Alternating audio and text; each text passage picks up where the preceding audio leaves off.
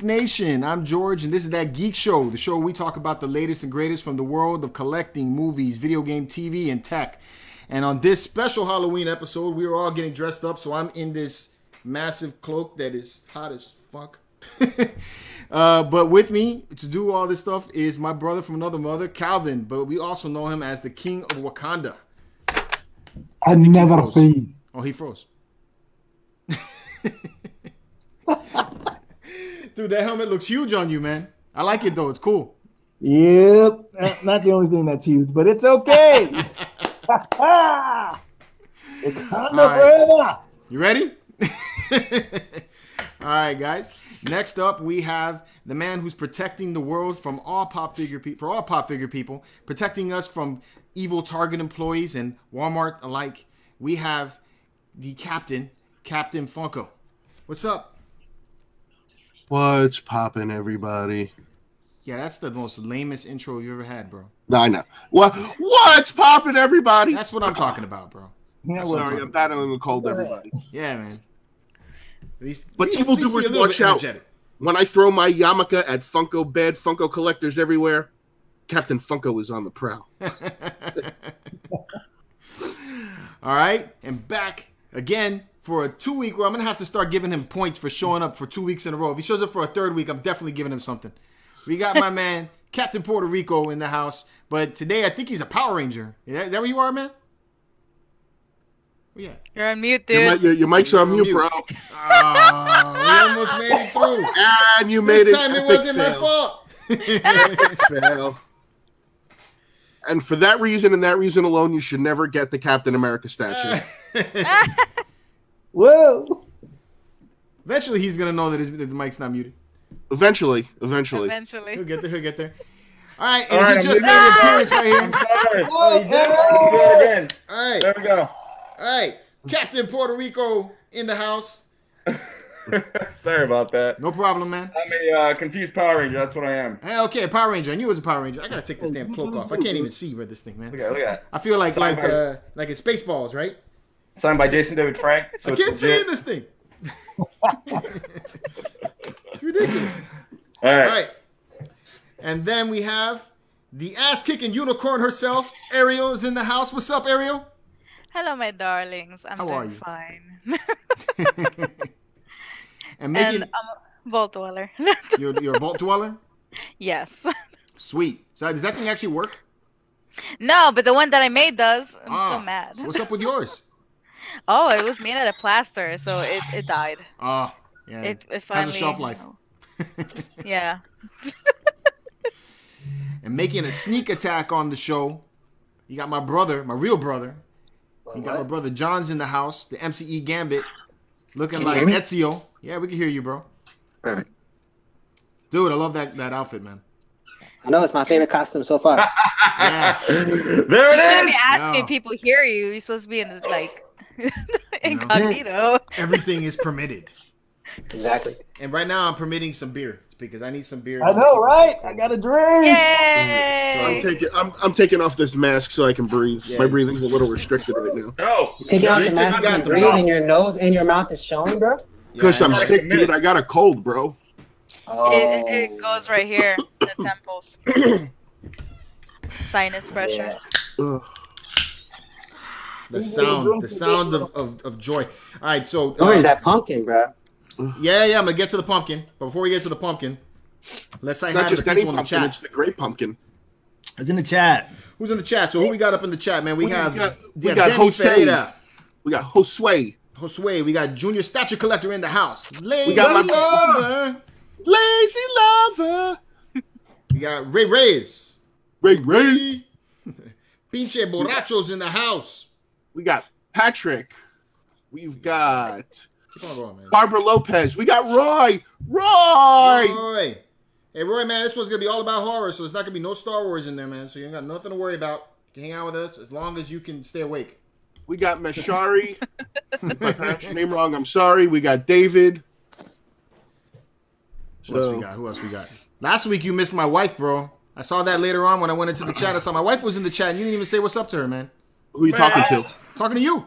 Talking to me? Yeah. He's talking to me too because I didn't know either. Yeah, both exactly. See, he doesn't care about you, Calvin. He's always ready to single me out on a dime, so it's all right. I wouldn't know. Me too. Dude, I think everybody's drinking tonight. This is gonna be an awesome Got show. to be drinking tonight, man. Tonight's Halloween, man. Or not tonight. Already had to. We got Steve. We got Jose. We got Travis. What is popping, everybody?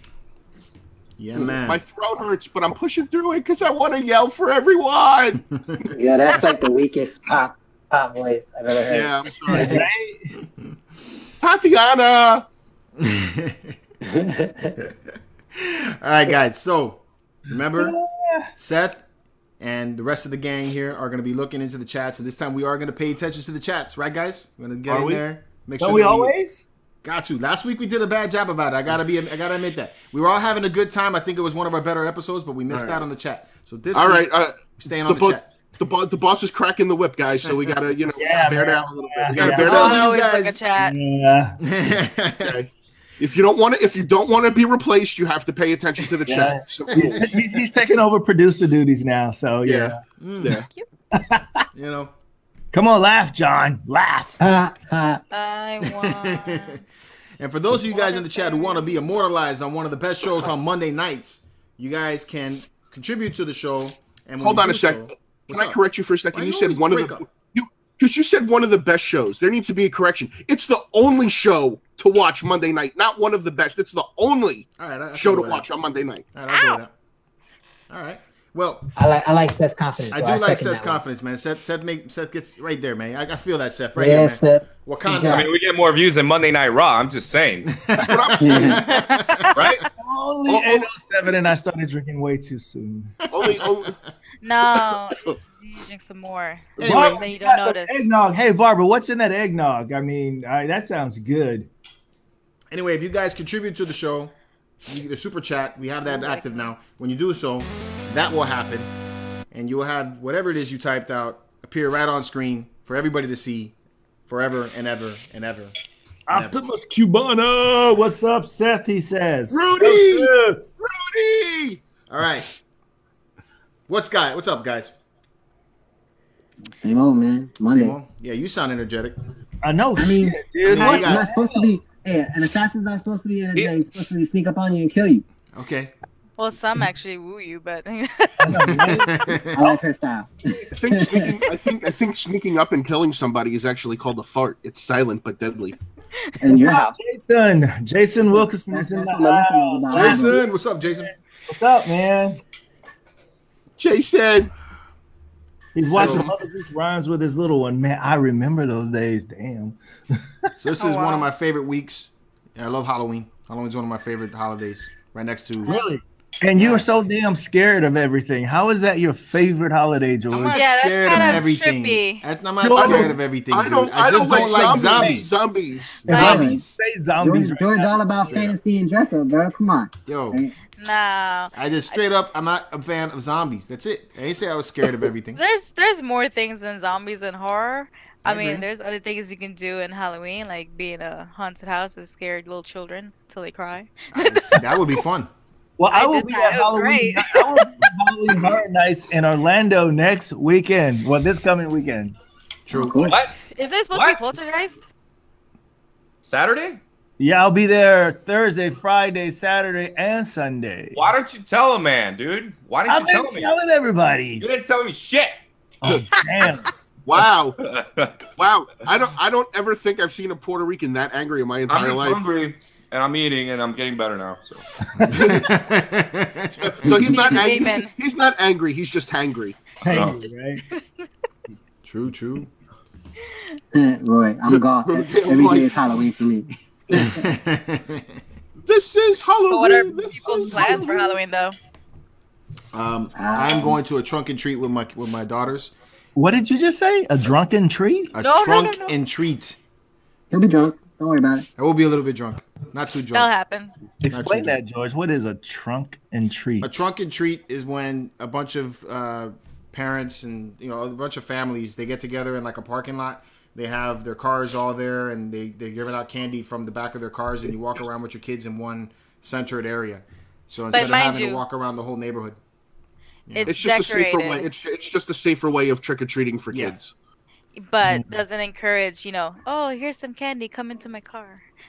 Yeah, that is kind of weird, right? It is a little weird like that. But when I did it for a folks. school, they basically had assigned like themes for each parent, so they had to decorate the back of the truck, so it's like cars and stuff like that, and the other one's like Mario Party and whatever. So it's nice for the kids though.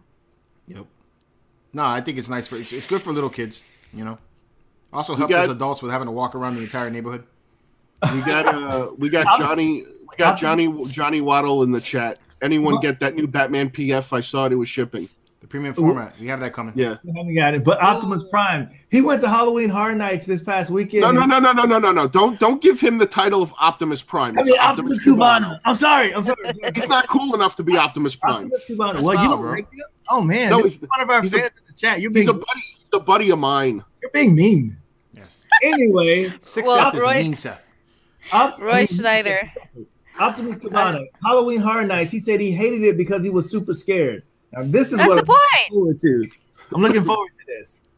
That's the point. Have you never been to Halloween Horror Nights, Calvin? Never, man. This is gonna be the first time, dude. Oh, cool, man. Yeah, you're gonna like it. Hey, everyone needs a first time experience, bro. Yeah. Yeah. Hashtag making memories. Yeah, we go collecting experiences. That's the hashtag, bro.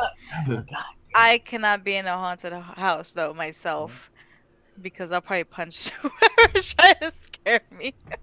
Right? It was funny. Hey, read what Roy says, and somebody interpret that for me. I do pagan rituals on shaman. Shaman. Shaman. I'm keeping it real, you all posers. LOL. That scares me. Roy Schneider, I give you props, because not a lot of people think Halloween is the actual name of the holiday, but it's not. It's Samhain, and it was a pagan ritual thing. And before it was candy, before it was milk and honey. So everybody else gets scared, but I know the history of it. Listen, it's cool. It's cool. I sit around a cauldron. It's cool. I sit around a cauldron and I whisk it around and I pray to the pop gods that they will bless me. That's Santeria. And Roy had to follow that up with, "I'm serious." See, I'm serious right now. I believe he's serious. No, it's a thing, and then pagan. I believe it's a thing. So power to you. Listen, I'm gonna just say something very personal for a second. I have a cousin that lives in New York, and she is very much so like Roy, where she really believes in all this stuff, and she believes she is a Wiccan, which she's a witch, and she also believes that her husband that she married is I think like a warlock or some shit. They're supposed to be called witches too. Yeah, whatever it is. So they actually got married on Halloween. Okay. Well, that's nice. I like it. I'm kind of glad I wasn't there, because I would laugh at something like that because I can't take that shit seriously. But I mean, I'm not making fun of anybody, nor am I trying to do that. But I mean, it's like, I mean, I know everybody believes in their own thing and everything, but like sometimes I think it might be taken a little too far. Dude, well, here's the thing. Paganism and Wiccanism has been around before Christianity. So it's kind of like, Easter with the eggs and everything like that. That's actually a Wiccan, not Wiccan. It's Celtic? I can't remember. But that's supposed to be for a goddess for Easter and the equinox. Same thing with Christmas. The trees, the lights, the mistletoe, everything, that derives from European summer solstice. Yep. But don't ruin my holidays, all right? Exactly. But no, man. Like, let me have my holidays. Here's the point. It's the paganism. We're gonna come on. Here's the point to take away from it. It's nothing bad. It's all old, and we all celebrate it, which one way or the other.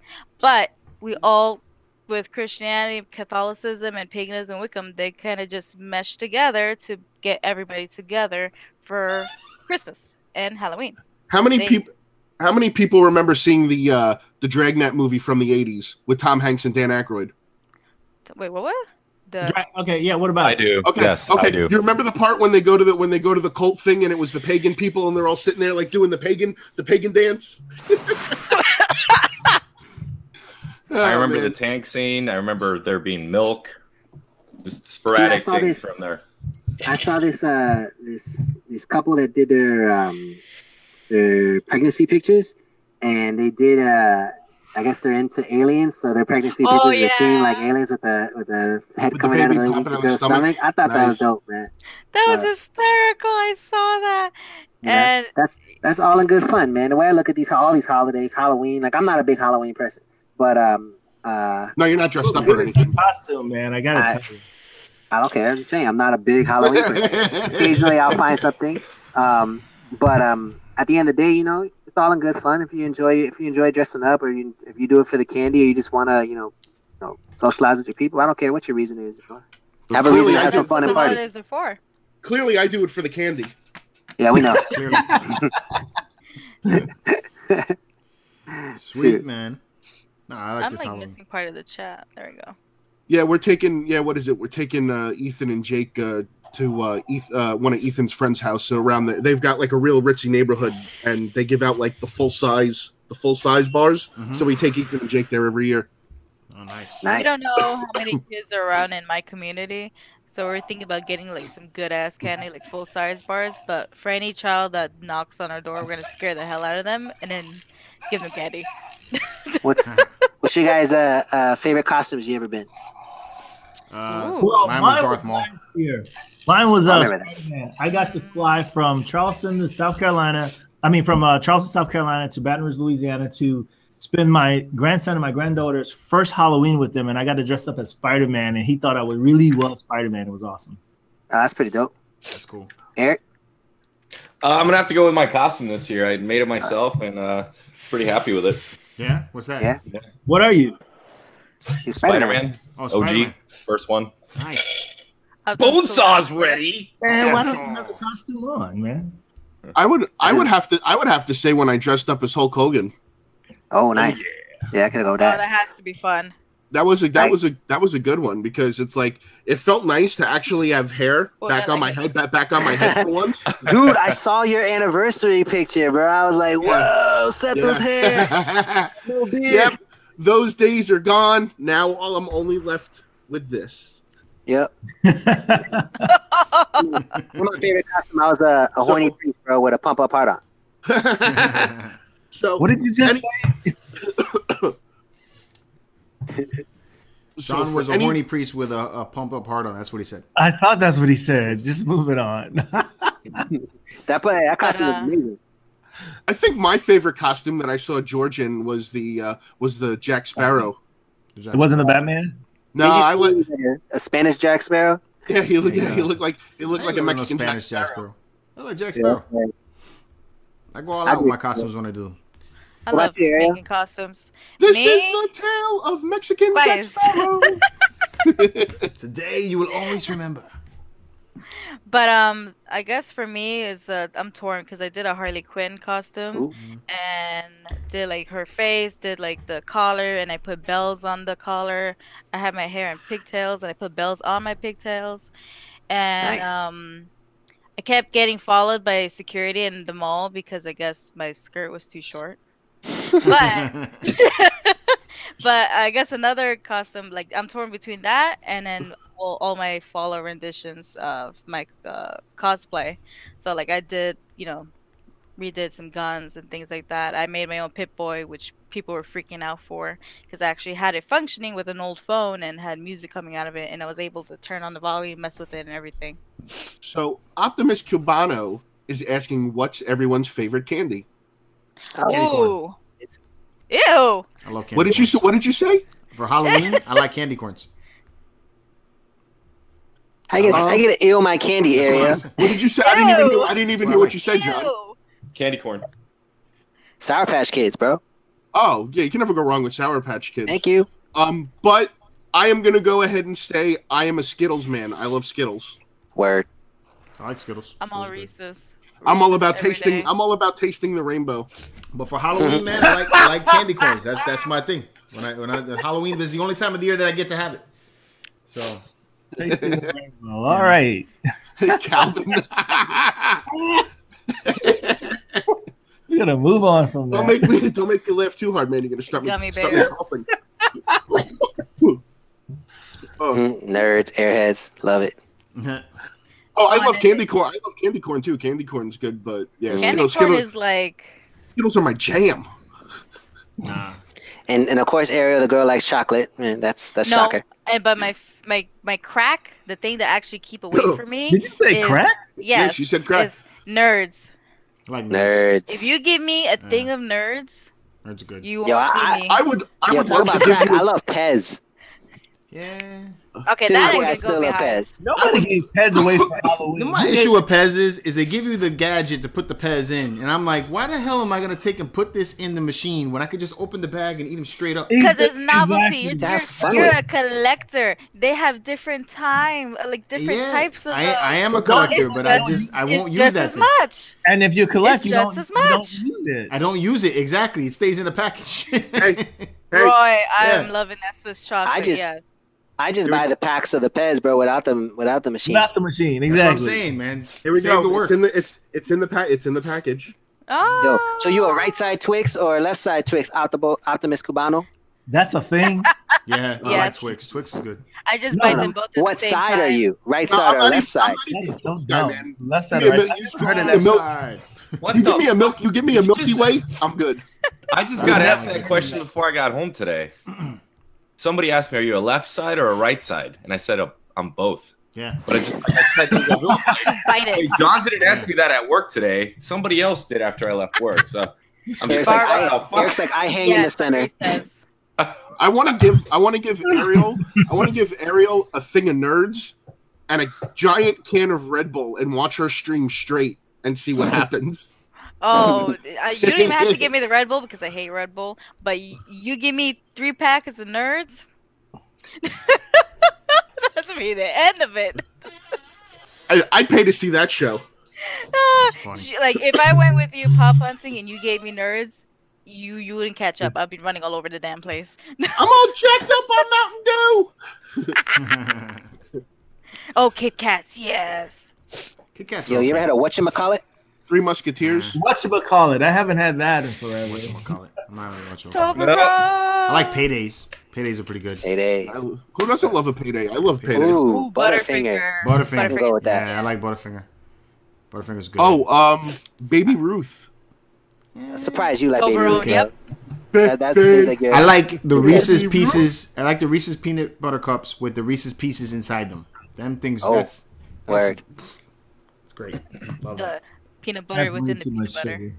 sugar. I All like right, the everybody, Reese's thanks Pieces for joining candies, us on but this episode. We're done talking about candy. Time to play the Red Dead. But I'm not done drinking, by the way. I'm still going at it, right? I got another. Oh yeah, you're not. So this Halloween, I spent close to Should've got a the growler. entire day making this thing. So this is a venomized pumpkin, and with help from Ariel, because Ariel helped me out with how to do this. So Eh. this thing's pretty dope. Loving it. Holla. I'm gonna put a candle or something and light up LEDs. Have this up in front of my house on Halloween. So it's pretty Oh dope. heck yeah. You did a good job with that, bro. Thank you, man. That looks sick, man. That should be a pop. It's dope. Yo, I saw George right in the middle of this, man. Like when he was in the middle of making it, he had just finished the carvings and he was adding on the glue that he did. And I'm looking at this thing like, what are you doing, bro? And yo, when he showed me the final result, I was like, holy shit, man, that's dope. For It real. was fun, man. I think this is the most fun I had making a pumpkin. I did a couple, like 3 years back. I did a carving of Joker's face on the pumpkin before. Yeah, I remember that. It probably didn't come out that good, did it? No, it It's did. It actually came out pretty pretty good. good. It came out pretty good. Yeah. I saw the Nah, picture. I gotta say That looks sick. this is hands down the best pumpkin I've seen you do, George. That looks just amazing, man. That looks sick. George is the pumpkin king. I remember I did a sugar skull one once. I don't have a picture of it though. It sucks. I'm wondering if I should make a pumpkin. Optimus this year. Cabana. Optimus Cabana agrees with me. It should be a pop. That pumpkin. There should be a be pop. like a Halloween thing for pops. Yeah. I almost want to make a casting of it and then cut out the hole and then wear this as a mask. Toblerone. Nice. Yeah. That'd be cool. Oh really? Yeah, it'd be fun. Venom. So, all right, let's do it. Let's do it, man. This is a really hot. So take it off. Outfit. Yeah, I don't want to take it off. Yeah, put a fan underneath you. Listen. Put a fan underneath you so it looks like the force is coming at you all the time. It's really warm, man. And the beer ain't helping. It's making it a little more warm. I think we all probably started drinking a little bit too soon before we started. No, never. This is nothing. And you in the chat, you should be drinking too. Get it. They don't understand that we're on here an hour before just bullshitting and drinking before the show goes live. Unfortunately, I can't drink because I'm heavily medicated at the moment. So, then you are drinking, bro. I felt. What'd you say? Bad for my what? I said then it's kind of like you're drinking if you're taking like a NyQuil or a Benadryl. Exactly. Oh yeah, it is. I think Benadryl is much worse than having beer. Yeah, much better depending on how you. Yeah, how you feel, right?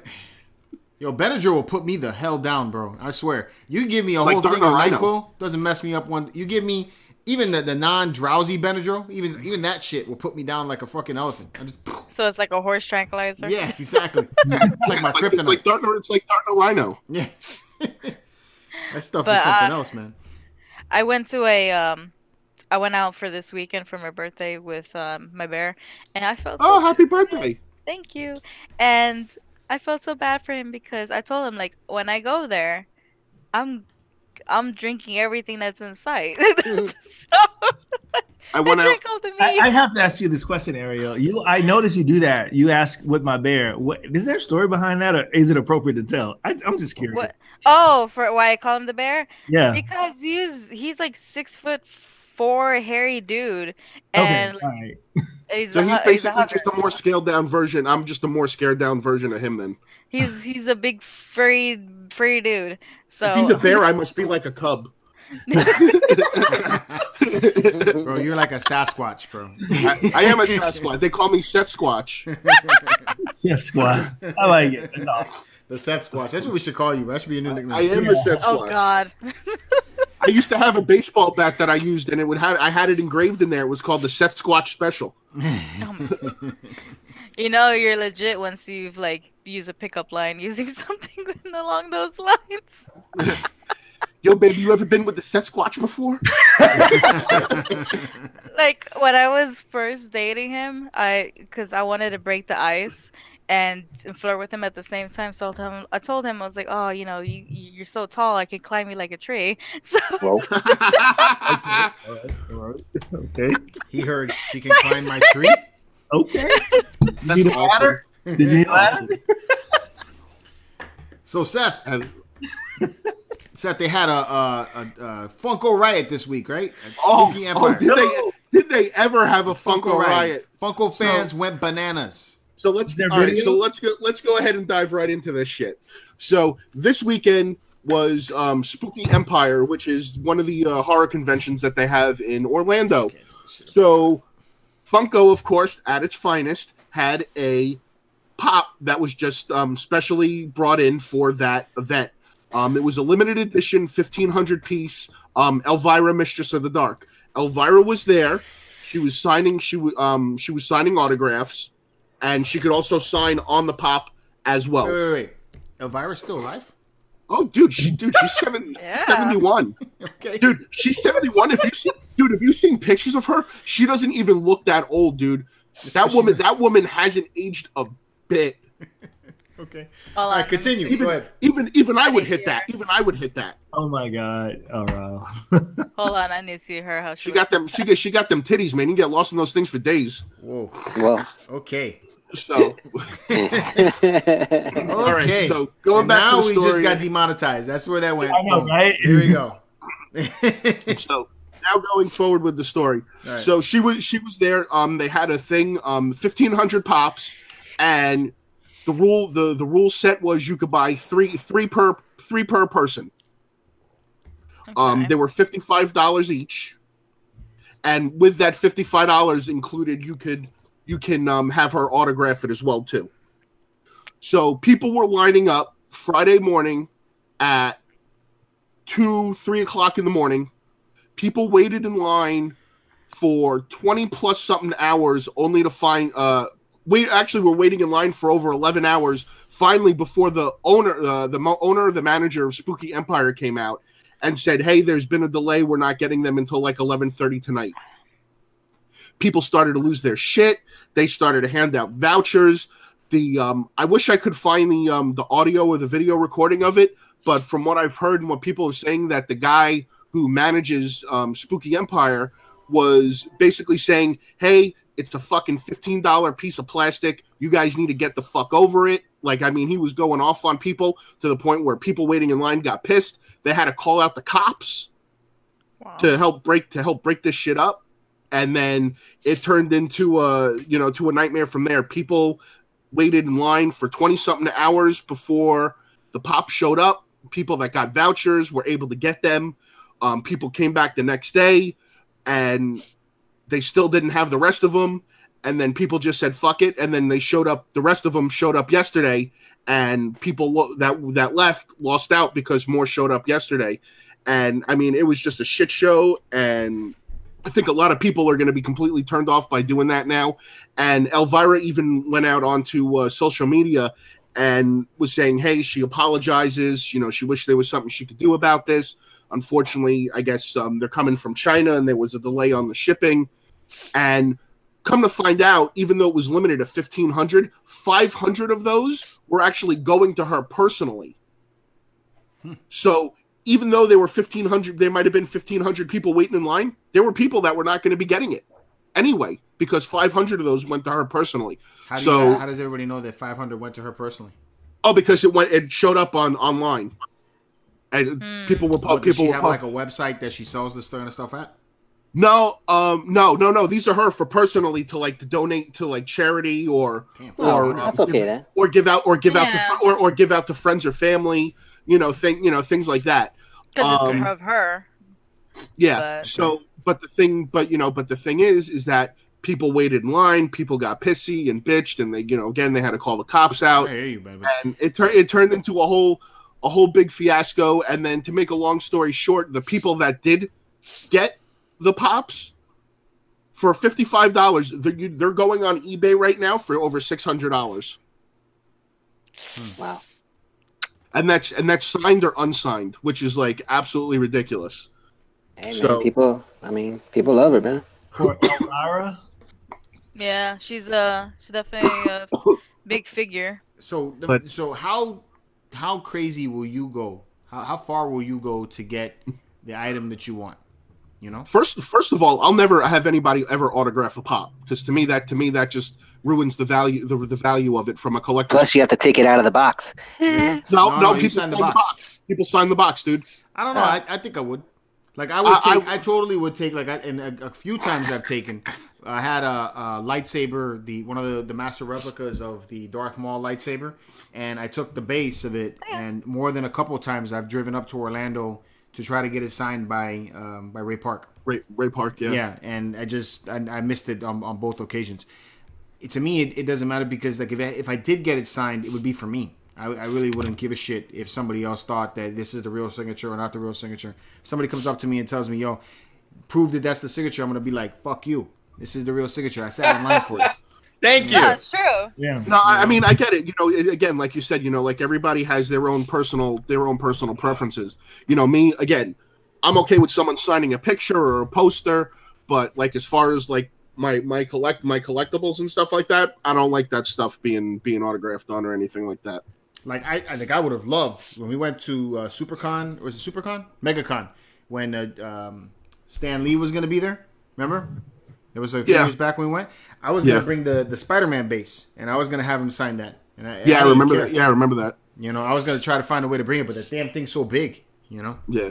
So I mean, some of the things that I have, I would love to have some of the bases, like from Caleb or Daniel Bell sign some of the things that I have from them. I would like to have it signed. See, but the thing is with the bases of the statues, people where they sign it on the bottom, so you'll never see the signature because it's covered.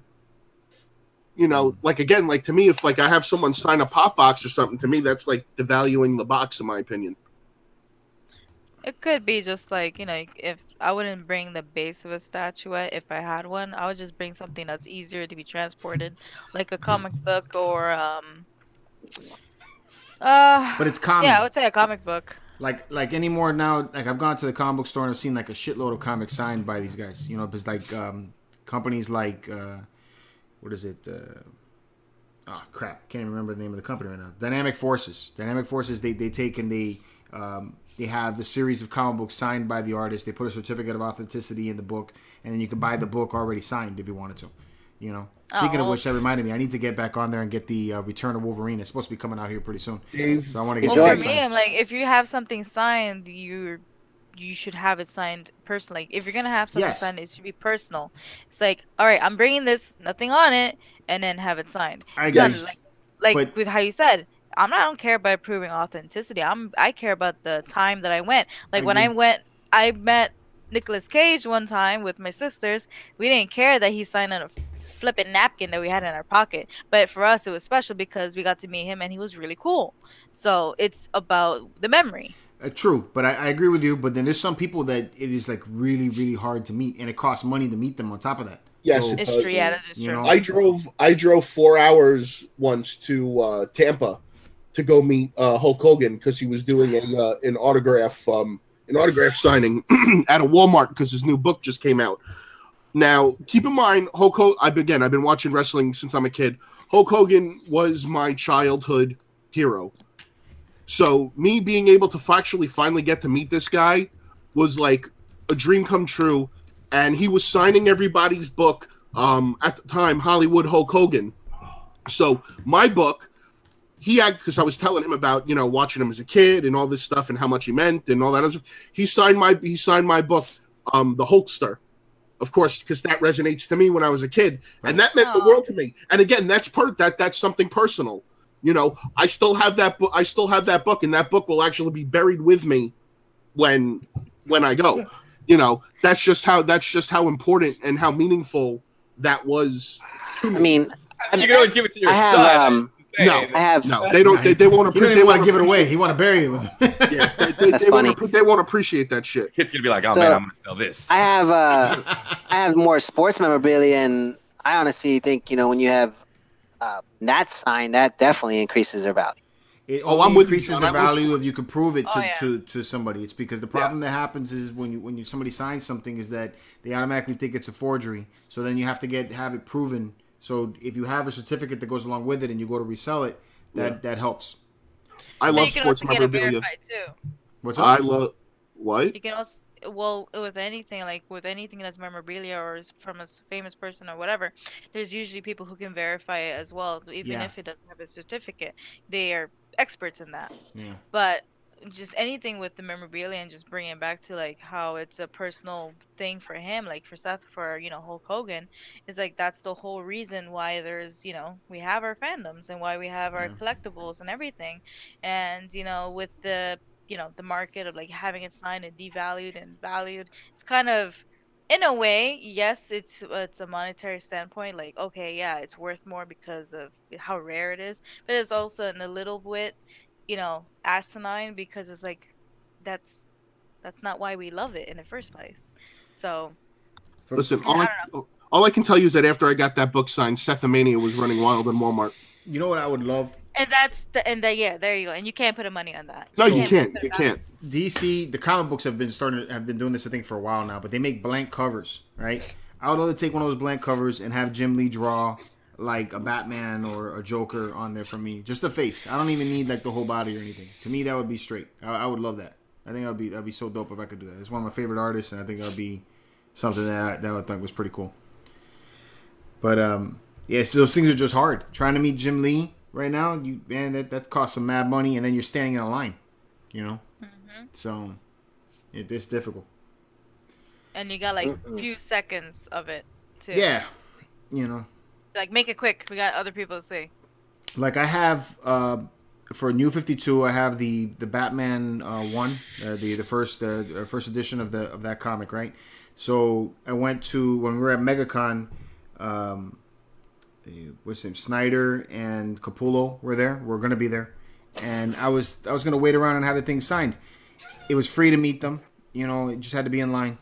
And my daughter went bananas. That's when she decides that she was gonna show out. You know, and my wife is there with me and everything, and I'm just like, fuck. So I was like, all right, we gotta go. You know, I couldn't even hang out long enough to try to get that signed if I wanted to. So it's timing. It's a whole lot of things, you know. So I met Greg Capullo and Scott Snyder. Yes, I know you did, Seth. Thank you for reminding me. You're welcome. It's just like when my sister met Guillermo del Toro and like Ron Perlman, I didn't speak to her for a week. I was so mad. I was like, "You bitch! I wanted to meet them instead of you." I can't not speak to Seth for a week. He'd just keep coming to my booth and saying, I just keep it marvelous, George. He'll keep it marvelous. Keep it marvelous. I loved it, man. That was a great video, by the way, Seth. Great video, man. George, you should have responded every time he said keep it marvelous. She should be like, and that's what's popping. Oh, dude, I'm gonna get his ass. Just trust me, bro. Wait till he goes to the bathroom one of these days. I'm gonna catch his ass in the bathroom. That's what's popping. Listen, I got bad news for you. I don't take shits while I'm at work. Hey, George. Since you knew what he was gonna do, George, it seemed like you were trying to play it cool, but I could tell it annoyed you. At first, it didn't. At first, when he did it, I started laughing. But like after an entire day, and the thing is that it's been stressful at work lately.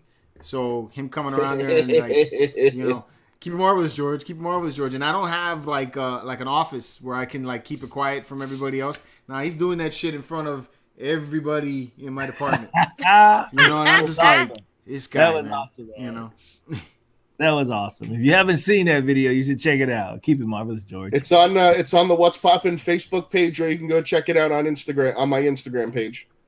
Yes. And there's a link that will be in the description below. Right, Seth? Always a link in the description below. All right. So I got a couple of statues to get through that are not horror related. So they're just real quick so people understand or know that they're available now. So there's a Prime 1 Studios Aquaman that just dropped today. No. Aquaman. Yeah, Aquaman, dude. What's wrong with Aquaman? That's not Aquaman. This is Aquaman. It's based on Injustice. Oh, hell yeah. It's dope, That's right? not Aquaman. That's not Aquaman. I think it's pretty cool. That's Aquaman. Yeah. All right. I still like Sideshows better at this point. Yeah, I kind of like Sideshows a little bit better, my personally also. I like XM Studios the best, actually. I wish you had showed this on the. That's for you, Ariel. I wanted to make sure they had a butt shot for you. Yes, I want a butt shot. Hashtag Aquabooty. Yeah. Hashtag Aquabooty. Shown this before it was live. I had some things I wanted to say too. I mean, look at the base. Those fish are like, what are you doing, bro? You're fucking killing us. I know, right? They're just like floating outside. I don't know. I can't hear so that's booty. That's booty water. No, it's Aquabooty. Hashtag Aquabooty. Nah, because it was booty crystals before, bro. Well, how about it's swamp booty? This is all I know is here you go. Hashtag swamp ass. Swamp ass. Swamp ass. George, is this a quarter scale statue? That's a good question. Don't have an answer for you. I think it's quarter scale. I'm just saying I don't like anything about that. He's got the same basis as Aspen has on my freaking statue. Right. Yeah, I mean, he's a water-based character, so I mean. Yeah, I don't like it. Yeah, I agree with you. I'm not feeling it. So I mean, personally, I like XM Studios the best for this one. Both XM Sideshow and both of Sideshow's PFs I like better than that. Yeah, not feeling it. And what is this based off again? This is off the video game Injustice. All right. Well, clearly that statue was doing us a grave injustice. I don't know. What do people in chat think? I don't like it at all. Yeah, what do people in the chat think about it? They say it's 1/4 scale. Divine said that. That's what I thought. I thought it was a quarter scale. I need to play Injustice. I like Injustice. It's a good game. I can't remember if you can use or if there's a special move for him that you can throw like a great white shark at somebody. Yeah, I think there is. There is. Breaks Okay, open some that was like from water. the comic book. Yeah, there was. Yeah. Okay. Yeah, it's a little ridiculous. All right, and then tomorrow. George, I don't know. Hey, George, I don't know if it's a quarter scale, but it's 28 inches tall. No, it's quarter scale. It's quarter scale. It's just, but he's on top of that base. Oh, it is quarter scale. You're right. Yeah. I'm back. Yeah, but he's on top of that base, which brings him up in the air a little bit. Stat correction. All right. I mean, it's okay. I think this could be a Halloween statue, by the way. Just saying. All right. What? Because there's orange in there? No, because it's scary. Is it scary? All right, and if you guys remember, XM Studios tomorrow is dropping the Wonder Woman 1/6 scale statue. So here's another look at her. You know, battling the forces. It's a beautiful statue, I think. I think it's okay. What's with her facial expression? Yeah, I think she lacks face expression at all. She just looks blah. She looks annoyed but bored as fuck. She's just. So she's having. Never mind. Oh, yeah. It's just one of them days. Oh wow! I don't believe Superman didn't do it for her. I don't believe No, that's the look of somebody saying, "Man, I'm carrying this entire freaking franchise." Yeah, I love it. Yes. I love it, man. You're right. Yes. That's pretty good. It's getting old. I got it. That's pretty good. All right, and then we do have some horror stuff that came out. So this is pretty kind of funny, actually. Sideshow put on pre-ordered their Undead Apple. Ooh. So you can really get it for real now? Yeah, and it sold out. It's on wait list right now.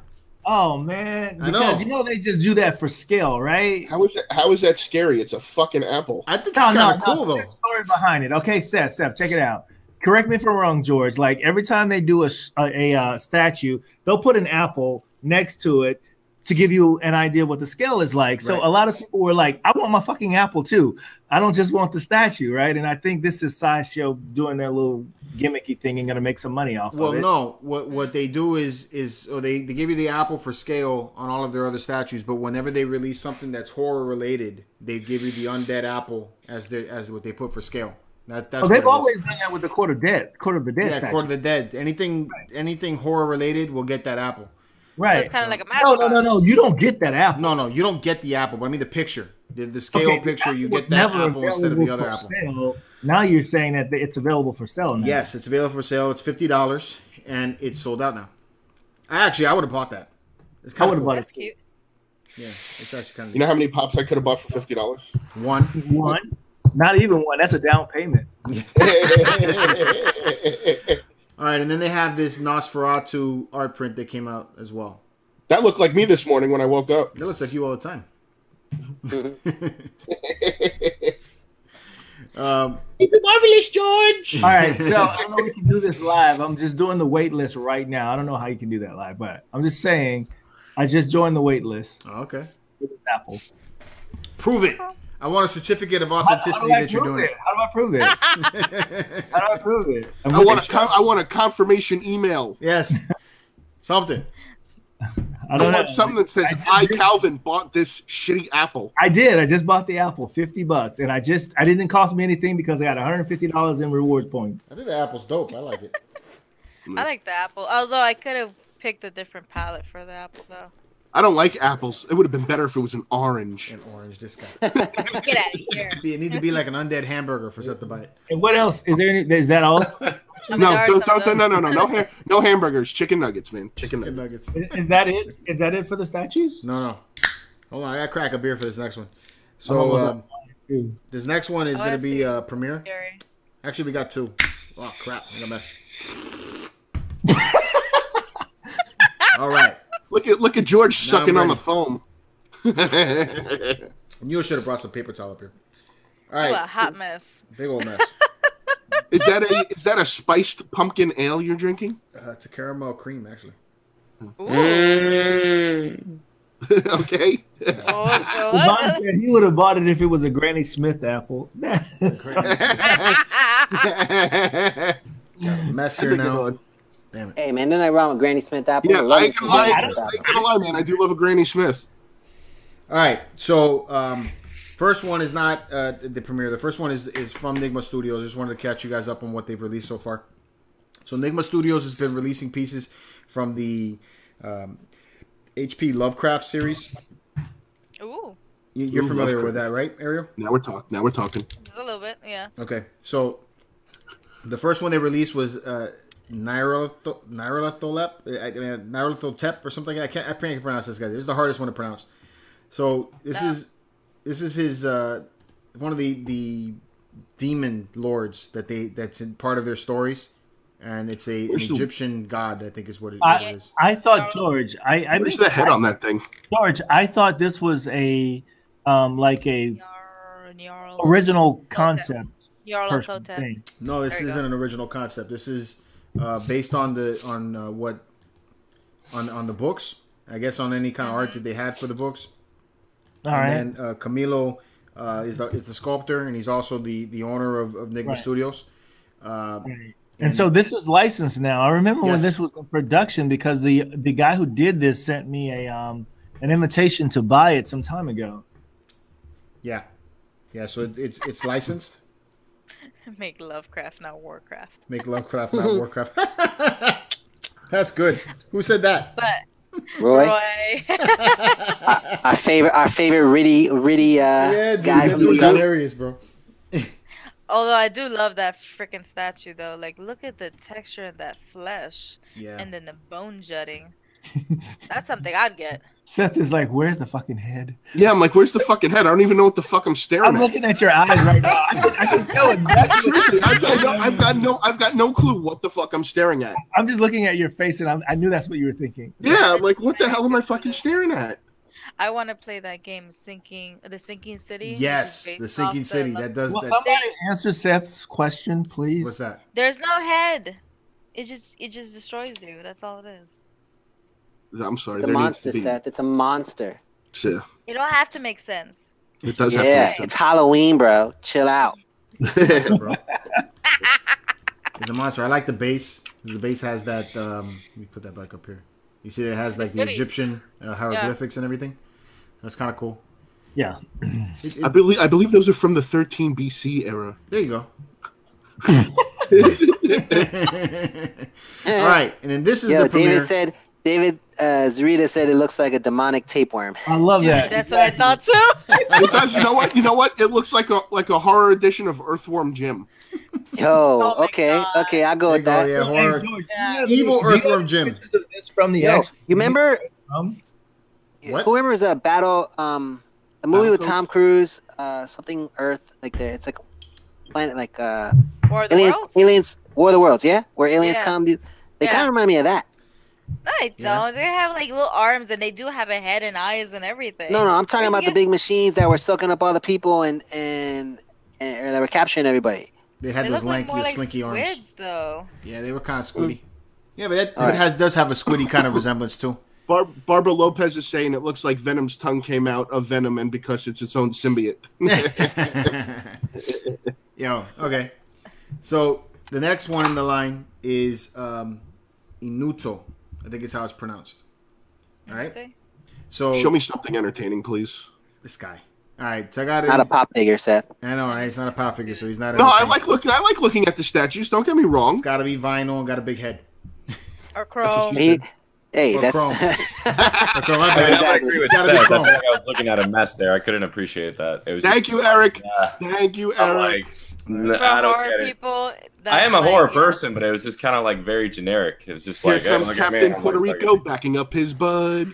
Oh, Lovecraft. So. Then again, I think the Reanimator was Lovecraft, and that's not. But I want to play that Sinking City game. That Sinking City game looks dope. I didn't get to play the Cthulhu game that came out. I just saw on Steam it's on sale. They have a Cthulhu video game? Yeah, there was one. It was the Call of Cthulhu. And then after that, it came out already. It's on Steam. And now they have, coming up, is The Sinking City, which I think incorporates a couple of different of Lovecraft stories. Like Cthulhu, and then, of course, the that monster. It was an Easter egg in Fallout 4. It's underneath the barn, and it's like you can't see it, but it's like some demonic shit that people gave like offerings to. It's just gonna be accumulation of George's expressions are killing me. Not what you're talking about. I can't remember the name. Eric, I love you, Eric. I was thinking the exact same thing. All right. So anyway, I got this intro video for Menudo that I'm going to show you guys. I'm gonna warn you guys. It's a long intro video for Menudo. Yeah, that's what I thought he said too, bro. Yeah, from Menudo. Eric get all excited. Yeah. I was about to say, bro. I was about to say, who doesn't love fucking Menudo? I love fucking Menudo. Oh man, this dude's too much, bro. Baby, won't you show me? Oh, come on, man. You actually know the songs. Oh my god, that's ridiculous. Got 39 people in the chat. All right, so here we go. Ricky Martin was in Menudo. Ricky Martin was in Menudo. Very good, Seth. That's Eric's cousin. Hey, I don't understand why that's funny. Because he's Puerto Rican. Oh. Hence, that's why it's funny. And they call me Ricky in the office. So They call you Ricky in the office, really? they do. Oh god. Living la vida loca. Living la vida loca. I think Ricky's the man. John, what you should do What did Chris Waggy say? It's like the Puerto Rican whoops, there it is. Yeah, whoops, there it is, man. Oh, shit. Wow. All right, so Inudo, I think is what it is, or Inudo. Menudo. Chris Hobby says that was Nyarlathotep from Cthulhu mythos and the old god. In the books, he's described like a monster with a tongue instead of a head. Oh, okay. So that whole thing is a tongue? So yeah, it's like that whole thing is a tongue. Yes. So here's the $1,000,000 question. It's a girl's dream. So here's the yeah. Reiterate that. That whole thing is a tongue. So here's the $1,000,000 question. How does it know where it's going? Magic. A snake smells with his tongue, bro. Yeah. I'm just. It's an Egyptian god. It don't need eyes. Not past the fact that the whole thing's a tongue. All right. Good. All right. So this one's gonna. That thing is the whole thing's a tongue. Wait till you see this one. All right. Here we go. Oh Jesus! Yeah. Wow. Dummy. I was just gonna say something really inappropriate, but I kind of pulled it back. It's all right. Say all the inappropriate stuff you want. So that's what you're known for. Oh, so is this like a giant flaccid penis then? And he never ceases to amaze me. Every time we talk, the video goes away. So. Well, I can't. Okay.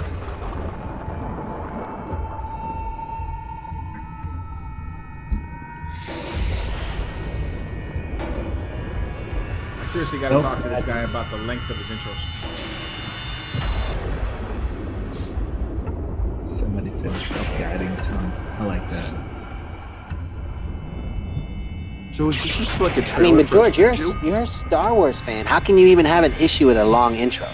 Because know, right? his intro scrolls. This is just Oh, so he needs a scrolling long intro. Got it. more Got dramatic. it. This is just kind of like.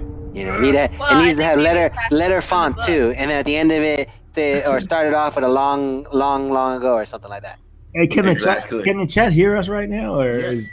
Okay. Wait a minute. Isn't this just like bits of the book itself as the intro, or no? Yeah. So here's the statue. Show me. So this is the big tongue. No. That was a previous one. This is the big mouth. Oh, so the first one was the tongue, and this one's the mouth. Nice. But, I like this one better, bro. We're gonna like get the that face lit on the next one. Is he on the fucking squatty potty? Hey, what do you This think, reminds- Seth? I was gonna ask you that. Is This he on the reminds me fucking of- squatty potty taking a shit? No. It's like a skull, bro. Some sort. I like it actually. This one I like actually. Whatever. Yeah, this reminds one's me of freaky. Bendy. It's freaky. Don't get me wrong. It's freaky, but I like. It looks like a weird frog, actually, though. Yo, but doesn't this kind of remind you of something like Benicio del Toro would have in one of his movies or something? Yes. No, that's Or not Benicio. Sorry, Guillermo del Toro. My bad. Guillermo puts way cooler stuff in his movies than that. Is this the guy that's gonna redo Pinocchio? Yeah, he does Yes. have cooler stuff. Yes. Guillermo del Toro, yes. So this is the guy that redoes Pinocchio. Okay. But I'm no, digging it. I Guillermo like del this one Toro better than the has other one. better stuff. Why do you But- like it, George? I like it because it's got an expression where the other one you really couldn't see a face. I agree with Seth on that one. I couldn't tell where the head started on the other one. You know what? Maybe it's because you need a focal point for you to like enjoy it. Cause like with the last one, even though it had like a tongue head, it didn't have a focal point. Here, the smile is the focal point. So there's kind of the attention is all being drawn to there. I just think this one looks more menacing. Like if I saw big teeth like this, I think this thing could eat me.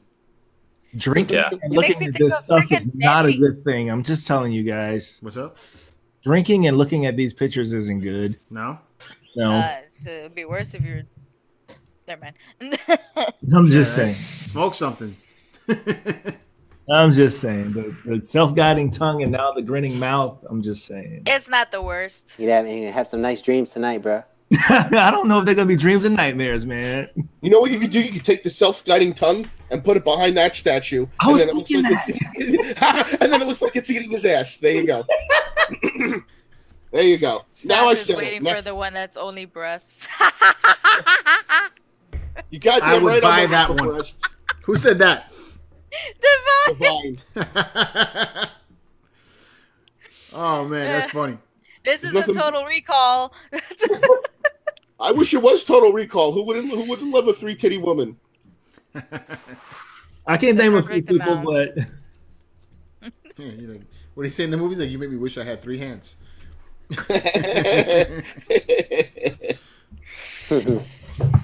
And now we're at MCE After Hours. Yeah, we are. So yeah, that was the pieces from Nigma Studios. I said I like the Anudo statue better, in my opinion, than the other one. I can't even pronounce the name of the other one. I guess forgetting about what it is. I guess forgetting about what it is, there is a lot of detail, a lot of texture, a lot of cool paint applications on it. So if you're looking at just I think the technical part of it, they both look really good. It's just not something that I would want, but they look good in that regard. Especially any Lovecraft, and there's so many Lovecraft fans out there, so that's something that's gonna be like, oh hell yeah, I need that more. Yeah, if you're a fan, I would see you buying that. If you're, they'll go crazy for that right now.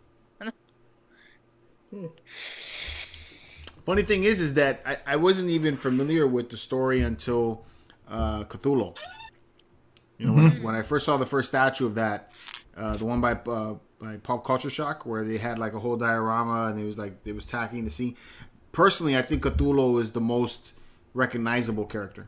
You know, so gotcha.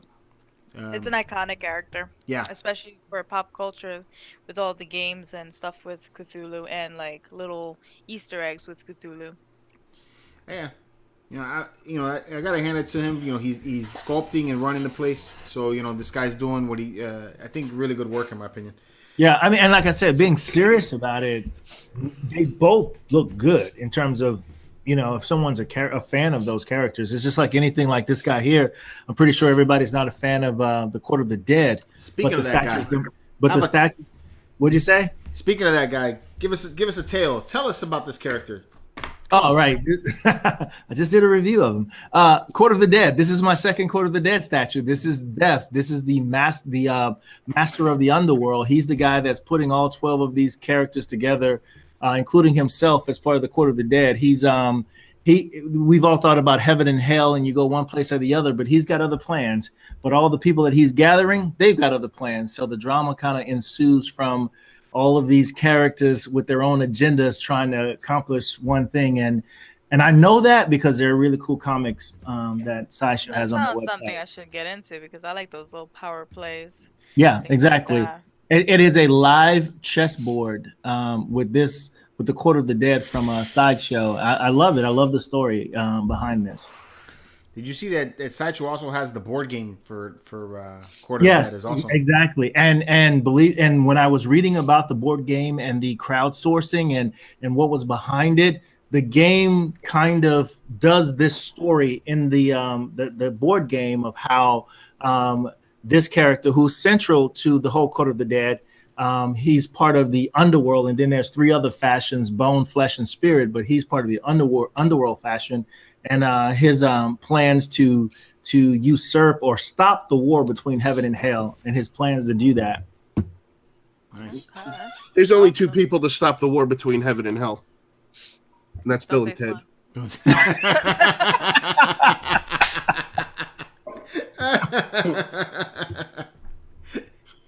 Oh my God! All right, but I'm Bill S. Preston, Esquire. And you know what the funny thing is that his name was Ted Theodore Logan, so his name was basically Ted Logan. Yo, they're coming out with another one, right? I heard they're trying to make it. Yeah, eventually. They're getting together. Yeah. I can't wait for that. That's gonna be interesting.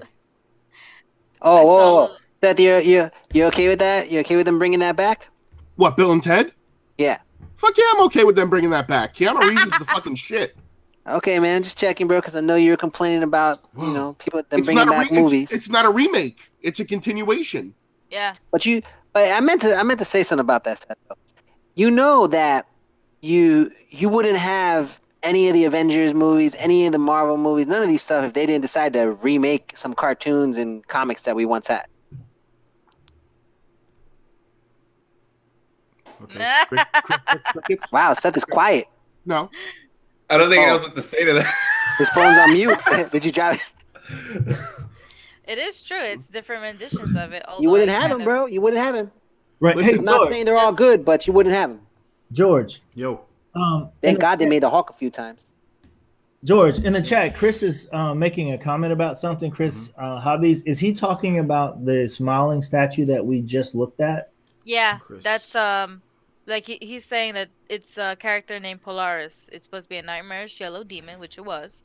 As always has a smile and jokes on the dreams of a warrior. I saw that earlier. And it says that wants to protect the city, but not needing a face or eyes in the other dimension. So it's the thing I remember with Lovecraft. It's just, yeah, that's why I'm thinking like these statues, even though it may not be all your a lot of people's cup of tea, but they are true renditions of the characters that are described in the books. So I think Camilo is doing a really good job with what it is. I mean, like what Ariel's saying right there. It may not be the thing that you're into. Like, I'm not into horror pieces. I'm not gonna buy something like that.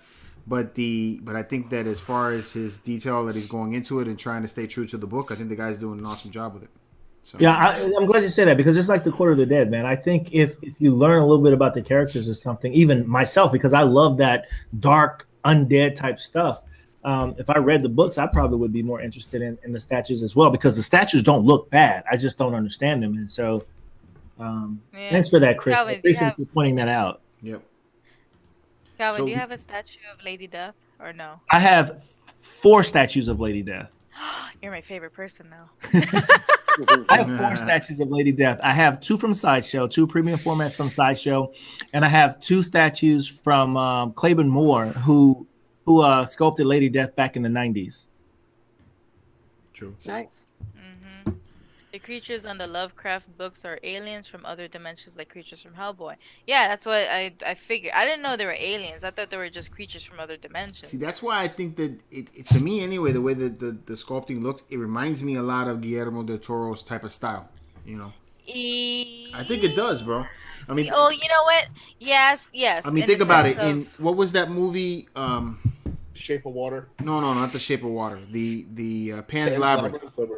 The monster with the 2 eyes. Yes, yeah, with the hands, right?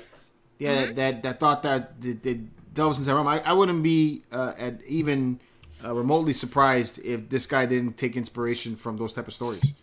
Oh yeah, Guillermo del Toro takes inspiration from folklore, grim fairy tales, probably Lovecraft as well, and like the old school, very romantic horror, gothic horror. Right. Even Aliens, even though you might not think of it, like the movie Aliens is gothic horror. You guys have got me so interested in this guy since last show, the Pinocchio thing. You should be. I can't wait. Stop telling lies, Calvin. Your nose is growing. Am I? It's not growing. I'm serious, because I was so cynical last show, and then these guys schooled me on this guy, and now I'm like so freaking interested in seeing it. Gotta represent our Latin people. You know what I'm talking about? I love Guillermo del Toro. Raza! Arriba la raza! And it's funny because with his attention to detail, like, the from Hellboy, those hellhounds? The people that were in those suits, because those aren't CGI and those aren't puppets. Those are people in suits. And he was so committed on having them like do every single thing or every single scene that some of their hands, like some of the workers, their hands started to bleed from holding on to the handles for so long and all the long shoots. So he was like, no, get them medical care and pay them some more. He's like, he don't care. He's like, I need it to be authentic. I need you to pay more artists. And like for that map room, all those little scrolls have something on them. And he's like, yeah, all my whole art team hates me, but they get paid well. So. All right, so let's break this up a little bit. Because I was going to come up with the Netflix series as our next topic and everything on what's out right now to watch for Halloween. Because there are some things to watch.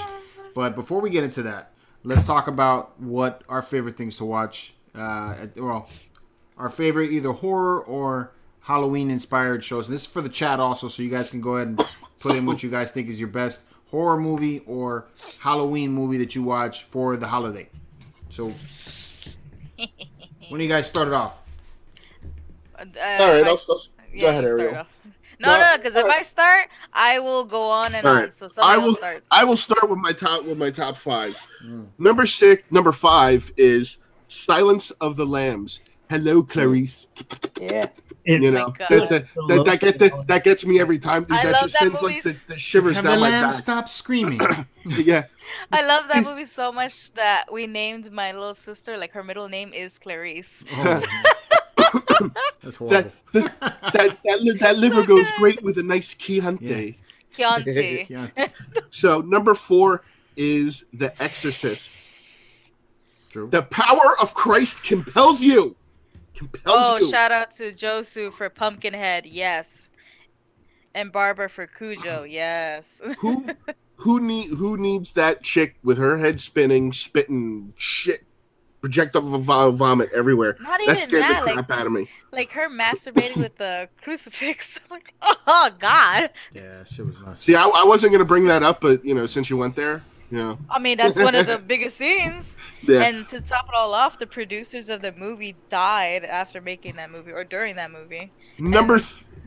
So number 3 is one of George's favorite things to be afraid of. Zombieland. Dude, I like Zombieland. Yeah. I don't know that I would call that a horror movie. It is a horror movie. It is a horror movie. It is a horror movie. That is the only zombie movie I actually watched. That shit is funny as hell. I love the part when my favorite part of that whole movie is when they get into Bill Murray's house. Yes. Yeah. And that whole sequence of events plays out, and they're sitting in the movie theater, and they're like, "Oh, this is where you're gonna find out who you're gonna call." It's like I love that. Number 2, taking it old school. Number 2, Jaws. Yes. That goddamn shark gets me every time. I just want the shark to win. I just feel for the shark. Yeah, I gotta. Yeah, that movie made me afraid of the water. It's actually the number 1. It's rated. Jaws is actually rated the number 1 horror movie moment in cinema history because not only was it scary for people, but it created such a stigma around sharks, which was not there before, and actually hurt the species. That's not true though. It's because because I've watched on Shark Week. They talk about how there was something that inspired Jaws. There was an event that happened in New York or up north in the States that happened that inspired the Jaws movie. But here's the thing. So the guy who wrote the book and then they made the movie Jaws based off the book off the incident that happened in New Jersey, which was a bull shark, not a great white. Not a great white. Yeah, but after the movie went and hit theaters, it was so bad that beach, a lot of people didn't go to the beach. A lot of people were hysterical. Like, it affected tourism. It affected tourism, and people now had a phobia of sharks. Like now when you go, if you ever seen a movie or even hear of the movie, when you go to a beach, you're like, oh shit, imagine there's a shark around. So there's always that phobia. And even the author of that book that inspired Jaws felt so bad of the stigma that came to sharks that now he is such a huge advocate to this day, saving shark species and preserving them and not having them overfished or killed. You know what just brought sharks back into the mainstream? Baby Shark. Baby Shark. Don't you? No. Baby Shark. I thought he was gonna say Sharknado. No, fuck Sharknado. It's just Shark Week. Shark Week is the best. All right. I tried watching the first Sharknado, and the first 2 minutes, I was like, I'm done. I can't with this nonsense. And the number 1, if you're an 80s kids, which we all know John hates the 80s. What? So it was Monster Squad. Great movie. Monster Squad. Anybody remembers Monster Squad? It's the little kids that were like puppets, but they walked around. Is that it? That was not Monster Squad. Isn't it like a kids movie? No. It was basically a group of kids stumble across like Frank. Yeah. No. That was the House of Wax, wasn't it? Dracula. There's an amulet, and Dracula is coming back because he needs the amulet, and then these kids wind up stumbling along the real Frankenstein. Yeah, that's right. They befriend the Frankenstein, and then the Frankenstein helps them against Dracula. And there's a whole thing with the Wolfman, and then they have all the things. Wasn't there a movie where they had a group of kids and they go to like a wax museum, and then the monsters come to life in the wax museum? And that was called like Wax. That was Wax House or something like that. Wax House, yeah, I like that one too. That was pretty good. That sounds like a porno. Wax House. Oh Jesus! All right, Ariel, before you tackle it, because I know you're gonna kill it. I know you're gonna kill it because you're a horror chick. I know you're into that shit. Let me hear from the other people here, man. Let's go with Eric. I was gonna give a shout out to the chat though. Okay, go ahead, do it. For David for the Descent, yes. Fuck Descent. The Descent can go suck it. The Leprechaun, the Leprechaun wasn't really that scary. You could just throw a shoe out and run away. Red Snow, Hellraiser, somehow still gets letters from ladies to want his kid. Puppet Master. That scene with that hat into the guy's junk, that was horrible. And Children of the Corn. Well, David is saying Monster Squad was the OG Avengers with fangs. There you go. I like Monster Squad. It's on my list. That's great. That took a couple of mine on my list, bro. Anyway, what? I have a couple of yours on my list, so I know that's true. Eric, what you got, man? For the 80s, I'm probably gonna have to go with like Evil Dead 2 and Nightmare on Elm Street. But for current movies, I really like the Conjuring series, except the spin-offs. The spin-offs can go kill themselves. Conjuring 1 and Conjuring 2 are really enjoyable. I'm not really a horror movie guy, but those two movies are just a good time. So that's all I got. If you want to talk about a movie that scared the shit out of me and gave me nightmares for weeks, it was The fucking Ring. Oh, really? Ring. I got so mad with the movie The Ring because they ruined it with it being CGI and then like her like phasing towards the guy, and I was like, really? The Japanese one was more scary because you actually see her crawling out and coming towards him. Actually, The Ring kind of fucked me up. I didn't like The Ring when it was in the theaters. The Ring wasn't that bad. Oh, at least for me. What about you, bro? What movies you like? Scary movies? Scary movies, yeah. Mostly, I'm not a big fan of them, but not a big horror person, man. But The Conjuring is decent. I would say The Children of the Corn is, like I saw in the chat, would be another one that always as a classic. Yeah, I mean, no one even mentioned what do you call it, Jason. Or not Jason, Michael Myers. Halloween. Halloween and Friday the 13th. I mean, if Michael Myers in general, bro, just that theme song, bro, that's like the ultimate Halloween movie right there. Anyone hears that beat, death is coming. Or is Mr. Sandman? You know what? I'm kind of disappointed that no one's mentioned yet. The Blair Witch Project. That shit wasn't scary. That shit just like made me give me a headache. I couldn't watch that fucking movie. I gotta admit, I'm not a like Texas Chainsaw Massacre or those type of movies always mess with my head, bro, because I feel like I don't even want to go to Texas because of that movie. Yo, Texas Chainsaw Massacre. I had to drive from Houston to Port Arthur in the middle of the fucking night, and because of Texas Chainsaw Massacre, I would not pull over, even if I was lost. I would not pull the fuck over. I just went. I kept on going. I was like, man, until I find a place with a lot of lights. I'm keeping away from everything else. Dude, one of the funniest things happened to me once. Like my buddies and I were hanging outside one of their apartments, right? And we're just chatting it up, right? And then out of nowhere, the Michael Myers theme song comes out, bro. And like we're all looking at each other. Is that you? Is that you? And like no one knew what it was, so it kind of like freaked us out for a moment. But oh my god, I have a story like that. Because I grew up with horror, so did my cousins and my aunt or whatever. We all watched horror movies together. He was super tall, my cousin, and he actually had the jumpsuit and the mask. So I was chilling with my cousin that was at the same age, and we were like probably like 10 or 9, and we were chilling, and we heard noises outside, and we see him.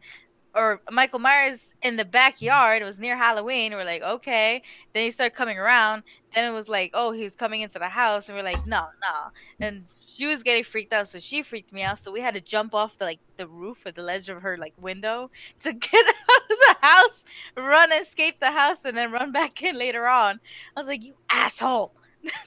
Yo, the funniest thing that ever happened to me for as far as scary things. So I was at E's house and he had a nephew. We were like 8, maybe 9 years old, whatever. Chucky had come out, so we had this doll kind of look like Chucky, you know. And this kid is young. This kid is like 5, you know. He's really young. So we pull off, you know, have the doll, and we have the thing kind of like peeking out of the side of the wall and everything a little bit, and then like, hey, it's me, Chucky. And the kid like freaked the fuck out, turned around, ran dead into a wall, and freaking cut his head, bro. And me and Eric were like, oh shit, you know, because we know we were in trouble at that point. And that is your valuable life lesson of the day: do not leave your kids with George. Oh my god, I burned my nose. Calvin, man, hold us down, bro. What do you got for horror movies? What do you watch?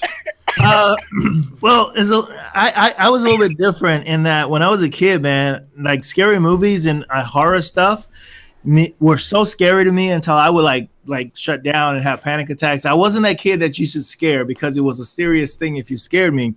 So I never watched those movies. I ended up watching one time when I was a kid. I ended up watching Frankenstein, the Universal version of Frankenstein, and I watched the whole movie. And I thought I was going to be terrified as a kid watching this movie. And what happened was I just fell in love with it because I thought, dude, this guy just wanted to be accepted. You know, it's kind of like a nerd. I kind of identify with this Frankenstein monster. And so I got really interested in the rest of them. And so some of my favorite movies have always been the Universal monster movies: Invisible Man, Dracula, Wolfman, Frankenstein. All those movies kind of had the same theme about some tortured soul trying to fit in. So I love those. And then the more modern ones, and I know this isn't modern because I'm old, is probably Do Not Laugh, guys. How old are you? The Great Pumpkin, Charlie Brown, and Nightmare Before Christmas. So those are my movies, man. Wait, if you love those old school horror icons or anything like that, did you like well, the movies kind of sucked, but did you ever read the comic books with the League of Extraordinary Gentlemen? I actually have the absolute edition of both the first and second volume of that from DC because they released the absolute volumes for that. But yes, I love those. Awesome. I think the movie sucked, and that's what kept me away from reading this comics. The comics were before the movie, so yeah, the comics are great. Okay. The comics are a great take on that. Phantom of the Opera. The comics are really awesome. All right. Let's hear you shine. Go ahead, kick-ass unicorn. Let us know what you got. Shit. I don't have 5, so I'm just gonna name them out. Paranormal Activity. Right. Because it scared me on a level of what you can see, and I have lived in haunted houses before, so yeah, the whole violation of being, you know, pulled out from your bed and dragged down the hall, even though you're like underneath your covers, is BS. So I disagree. I disagree because my wife does that to me every night because I snore. And then on really throwback for me from like when I was a kid was the Tales of the Dark Side. It was 3 stories. Some of them I think are Lovecraft's and some of them aren't. And basically you have a witch who imprisoned the kids, so she's gonna she has them in a cage like Hansel and Gretel, and she's gonna cook them. And so he's like, yeah, you know what, I'm gonna stall for time. He's like, you know, I can read you some stories. So she reads her, the witch, 3 stories, and she's like, okay, that's enough, you know, I'm gonna kill you now, I'm gonna eat you. And he ends up like tricking her and then throws her in the oven and kills her and eats a cookie. Like, that's the end of the movie. So that was an old school favorite of mine. And the Babadook. Babadook. Duke. The what? That one is that a horror movie? What is the Babadook? Yes. You gotta fill me in on this. The only thing I know about I've Babadook never even heard of that. I have no idea what the hell that is. The Babadook. I know that from like a line in a comedy or something. No. It's terrible. So you have a mother who's been grieving for I don't know how long for this whole kid's life, and the kid has behavioral issues. Like, he definitely has a condition. So she ignores it because she's in grief and whatever. So them just being in this, you know, despair and unhappy and just in constant, not happy at all, calls forth the Babadook. So she always reads him a book before going to sleep. So she grabs a book and it's called The Babadook. It's like, hear the Babadook. When you know he's near, he'll knock 3 times. Dook, dook, dook. It's like once you read the story, once you say his name, you read it in a letter or read it anywhere, you can't get rid of the Babadook. So it basically becomes this paranoia, this creature, this Babadook that you see, and like it's really good in terms of film because you'll see it in like a corner, you'll see it and you'll hear it, and then once you get to the end, just the paranoia, and the kid becomes a total badass trying to save his mom by like tying her up and using fucking firecrackers to ward her away after she gets possessed and shit. So I think it's still on Netflix. I'm not sure, but it was an incredibly good movie and freaked me out a little bit. I was like, anything that looked like a coat or a hat in a silhouette in my room, I was like, no. I'll turn on the light. Fuck that shit. So that's one.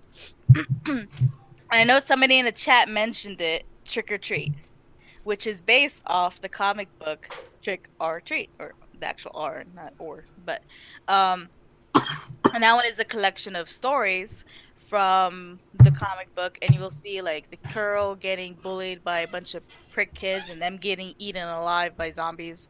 Then you have the old senile, or not senile, the old dude who murdered like those kids that became zombies and getting like attacked by the little Sam, which is a pumpkin head little sack wearing kid. But when he rips off, you see that the sack gets ripped off. It's an actual pumpkin head demon that was basically punishing him because he did not adhere to the laws of Halloween, which is giving out candy. And like other little things in there. It was really good. If it's not totally horror, some of it's gore, a lot of it's funny too. So it's really nice how they interweave all the stories. So that's definitely one. Rosemary's Baby is definitely one that sucks, like in a good way. It's more of a slow burn, but it's the most terrifying thing for any mother that is expecting that. Basically, Rosemary was raped by the devil and is basically carrying his baby. Right. So throughout the whole film, you're just trying to, you're like, is she really freaking out? Is she really losing it? And then you find out at the end that yes, it was a bunch of cultist Satanists. But spoiler alert, I'm sorry, but I mean these are old movies. But yeah, it's the reveal and how it ends is it's not good. Explains a lot about my kids. Oh my god. But oh sorry. No, go ahead. Was that the last one, or you had another one?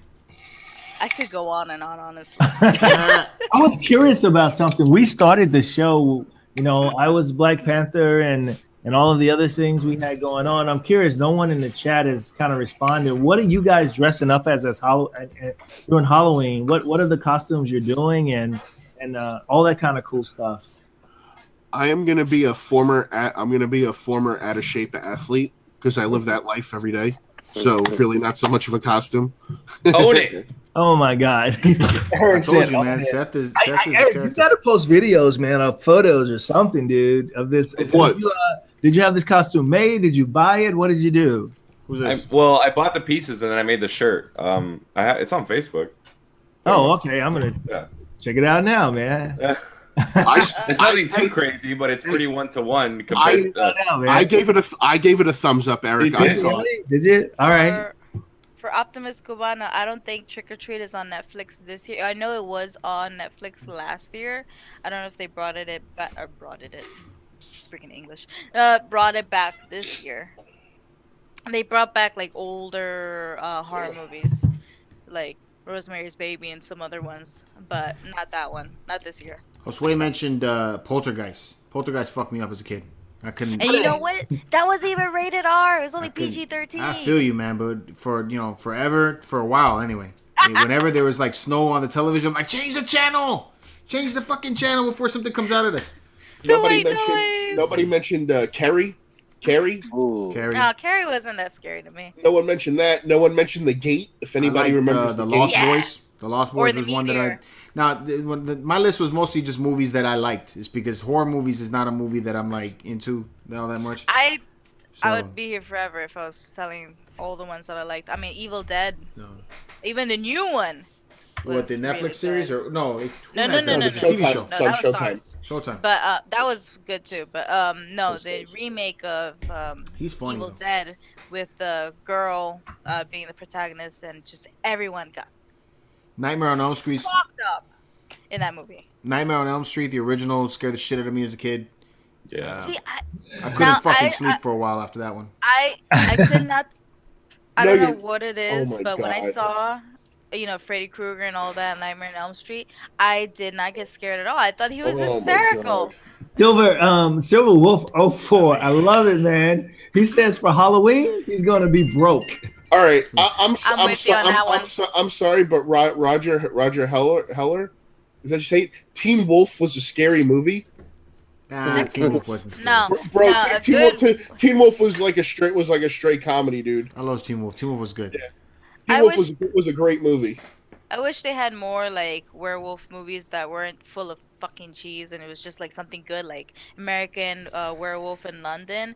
That scene for the prosthetics and how they did the transformation is still the best till today. Because, to Blue Moon. For that era, when you guys were younger, I mean, I was a lot older than you guys, but when you guys were younger, maybe it didn't matter to you, but the Michael Jackson Thriller. I knew you were gonna go there. The Michael Jackson Thriller. Thriller was freaking scary as shit. And it was scary. It was scary. Dude, look. Okay, so you gotta understand. Scary. You gotta understand. You're saying what because you watched it after it had already been done years before. No, well, you know what? I'm talking about Michael Landon's stuff when he first put it out. This was right after American Werewolf in London. Mm-hmm. That was scary. It was scary. Thriller scared the shit out of me. Calvin, how old were you when Thriller came out? I was in high school when Thriller came out. I was like 1992. I was going to high school. High school Thriller didn't come out in 92. I was like, no, it was old. Thriller was like 80 something. I was like 6. I mean, not 80. I'm sorry, 1982, 83. Yeah. 82, 83. So let me ask you another let me ask you another question, Calvin. Did you have the Michael Jackson Thriller jacket? I had the Thriller jacket. I had the pants. I had the freaking glove. I had it all. So don't even go there. Yeah, I did. So I am not even embarrassed. Calvin was in his room because it's Thriller. No, I didn't even do it in my room, man. I went to school with this, I got beat up. Everybody did it. So my thing is, that was really scary shit back then when John Landis, because it was right after American Werewolf in London, and that was considered a really scary movie at the time. Rick Baker made the makeup for Thriller. Oh, okay. Yo, so Optimus Cabana was gonna say 1985. Moonwalk. Moonwalk, yeah, man. I'm like, you guys probably weren't even born then, you know. In 1982, I don't even think I was a swimmer in my father's sack yet. See, I graduated from school in 1986. I saw that in California the first one. I'll let you guys know that story in a minute. Yo, John. Yo. So, you already mentioned the scary movies you liked, right? Yep. I think you did. Yeah, you did. All right. What about games? I think everybody did. You're up, Junior. I know, I'm up. But bro, John has to get out here real soon. So, bro, thanks for hanging out on the show for this time and coming in with the best costume and wearing it the entire time as well, bro. Yeah, no, I'm the only one that kept my costume on. Yeah, dude. bro, that deserves some points right there. You got some pop culture points right there, man. Does. I want a week of no mentioning the 80s stuff that they made fun of. Yeah, that's too much. That's not going to happen. It's a little too much. You haven't gotten that far. I know. Bye. All right, well, y'all have a good rest of your evening. I'll catch up with you. All right, man. Love you. Talk to you later. See you, everyone. Peace. Bye. Have a blessed evening. Don't kill too many people tonight. Hey, man. Yeah, don't assassinate anyone. Listen, we won't hear about it anyways. Assassin's Creed. The only movie that I had on there that you guys didn't name, only two were Lost Boys and Nightmare on Elm Street. All right, Lost Boys wasn't scary. It was a comedy, in my opinion. Lost Boys wasn't a comedy. Lost Boys was not a comedy. No, it was. But here's the thing, though, with horror, just because the two Coreys were in it didn't mean it was a comedy. Horror and comedy have always held hand in hand. So it's still a horror movie. It has comedy in it, but it's still a horror movie. So like was the Abbott Lost and Boys. Costello meet Frankenstein, The Mummy, and Invisible Man a comedy or a horror movie? Was that all one movie? No, there was several movies. Yeah, Abbott yeah. and Costello meets The Mummy. No, meets anything with the monster Frankenstein. is a horror, I guess. Because if you think about it, the zombie movie Zombieland, that is definitely a comedy, but it falls under the horror genre. Yes, it is horror genre, but horror genre has like a it's always good to have some type of comedy in it to relieve tension. Also, like you know which one I really like is the what's the one where they're all trying to go to the last beer stand or the last bar. Oh, The End of the World. The End of the World. That shit was funny as hell. I freaking loved it. That was a great movie. But that one is more sci-fi, not horror. Yeah. I like You guys are your genres. I'm just not keeping up right now. I kind of like the horror movie that the Broken Lizard guys did. It was called Club Dread. Yes. Club Dread. Yes. That was a funny movie. Who it was. That was hysterical. Yeah, that was a funny movie. Hey, Eric, I checked out Spider-Man. How in the hell did you climb the wall? That's a classic picture. I love it. Right? You like that? I love it, man. That's my favorite one, man. Now, here's one movie I'm sure nobody in the chat or Hey, hold anyone on. has heard of. Before we get to the thing, What? you can't just mention Eric climbing the wall in a Spider-Man suit and not give me a picture so that I can post that up here for everybody to see, man. You can't Oh, do that. yeah, man. Eric, you're going to send him a picture? Send me But a he picture looks of the amazing. climbing on the wall. I'll put that up here in a sec. He looks, me- he looks amazing. He's amazing, spectacular. Yeah, he looks Some people amazing. say He's not Spider-Man. He's Puerto Rican, man. Yeah, Roger, I think it is still on Face Off. I don't watch it anymore because That was a good show. I used to watch that in the beginning. I when it love first Face came Off. out. I cannot watch it anymore. Why? Because I get sad when I watch it. Because I'm like, some of the contestants are like, you're there and you're giving that kind of work. I should slap you. Yo, but Like, they do better. They have to put stuff together like in like no time. I don't care. Use your imagination and use the tools and the skills that you have to make it better. That's some shit, So- man. Some of the costumes I put I'll together. talk some shit about that. The Batman costume I put together took for fucking ever. That was like Yeah, 6 months of work. You know, Captain America took you a while too. Captain America took a long time too, and those were all things that were like I didn't know how to sew at the time. I had to learn. You know, so it was. But sci-fi, the face-off, it doesn't really concentrate on fabrication. It's good if you do know fabrication, but it's all about makeup and makeup. stuff like that. It's But that's makeup. not always Plus true that. either. It's because they had. I remember they had some contestant. They had a contestant one time that he was really big on fabrication. That guy made some mechanical suits that were just dope as shit. True. Did you learn sewing? Did you learn sewing from the people of Santa Poco? Yes, from the people of Santa Poco, and El Chapo was there too. It's a I think I sent it to you, and I think Eric sent it to you. But yeah, man, Where I love is the wall it? power. Hold on, I'm getting there. God, jeez, give me a second. Purate. Dang.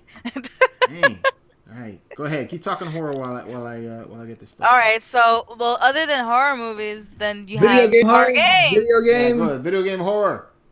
Yes. Am I So- gonna go first again, or you want to go first, Ariel? For me, well, these are some that I've played or saw playthroughs of. I mean, there's a lot of horror games from eons ago, like Doom and Duke Nukem. But Layers of Fear kind of is like a walking simulator, but the amount, the detail, the story, the effed up story that you uncover and unravel in that game, I've had some genuine shrieks playing that game, especially like you're looking at one way, you turn around and the whole room has changed. You turn back and the whole other room that you were in is gone. It totally fucks with you, and the way you play or if you find certain things changes the ending.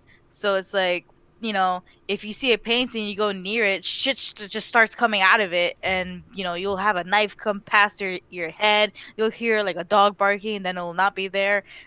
It really just mind fucks you. And that had chapters. It had like I think 5 chapters, and as you progress through the chapter and find out the story, there's a painting room, and the painting changes as you play, like how you play.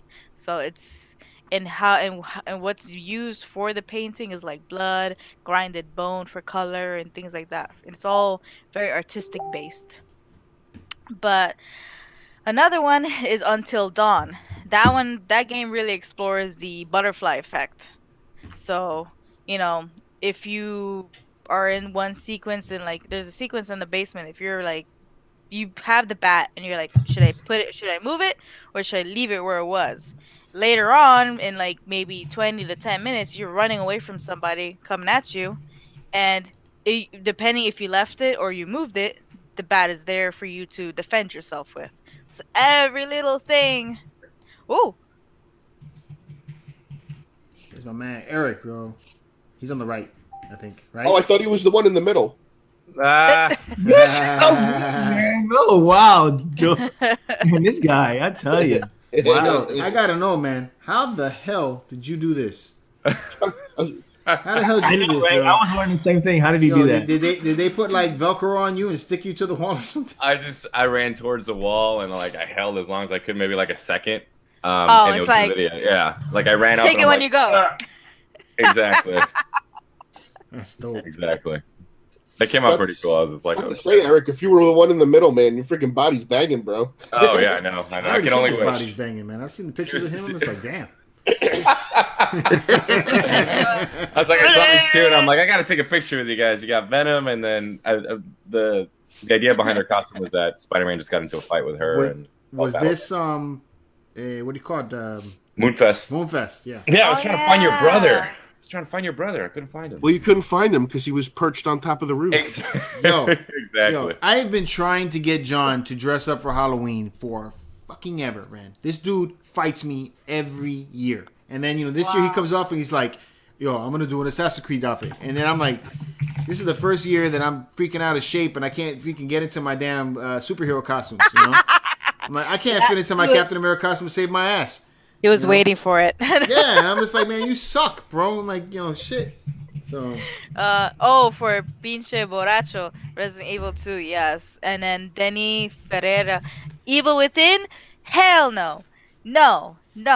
Evil Within can go somewhere with itself, with its ridiculous intensity and scary shit. Yo, how about Parasite Eve, man? I'm gonna take it back. How about Parasite Eve? Y'all played that game before? Parasite Eve. Oh, wait. Parasite Eve was a PlayStation 1 video game. I'm going to take it back even further than that. You ready for this? Night Trap. The hell game is Night Trap? Wait, is that the one with the girls on the cover? Night Trap was CD? Yep, Night Trap was Sega CD. Yeah.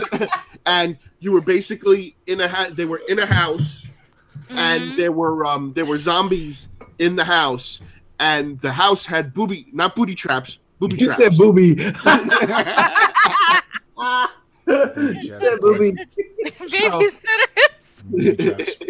I think I remember Night Trap now. Yeah. So you had to time it exactly right to trap the zombie so it didn't get the girl. That was a fun game to play. And Parasite Eve was scary as shit, and I remember that game being mad hard too. The Last of Us was a good one too. If I remember correctly, I couldn't even continue playing that game. Parasite Eve was done by Squaresoft, so these are the same people that did Final Fantasy back then, I think. And then the game followed this like parasite entity or something that whenever it would attach itself to something, it would infect them and turn them into these monsters. And so the first time I played the game, we get to this part where you're like in the sewer and you fight this gator that's been infected by the monster, and it's this massive monster. We could not beat it. It got to the point that I was so mad that I was like, fuck this game, I'm not playing it no more. I turned it the fuck off, and I wouldn't turn it back on. It took a year for me to turn this game back on. So that happens. You know what's funny? Like that happened to me too. Like with Fallout 3, I never played any of the Fallout games, but when I went into like the sewers and with the mole rats and all that crazy shit, and then I saw the ghouls, I was like, nope, I can't. I was just like, I couldn't come back to this game, right? I couldn't. I left it alone for a year. I think a year and some change, and I was like, all right, let me not be a punk bitch and like play this game.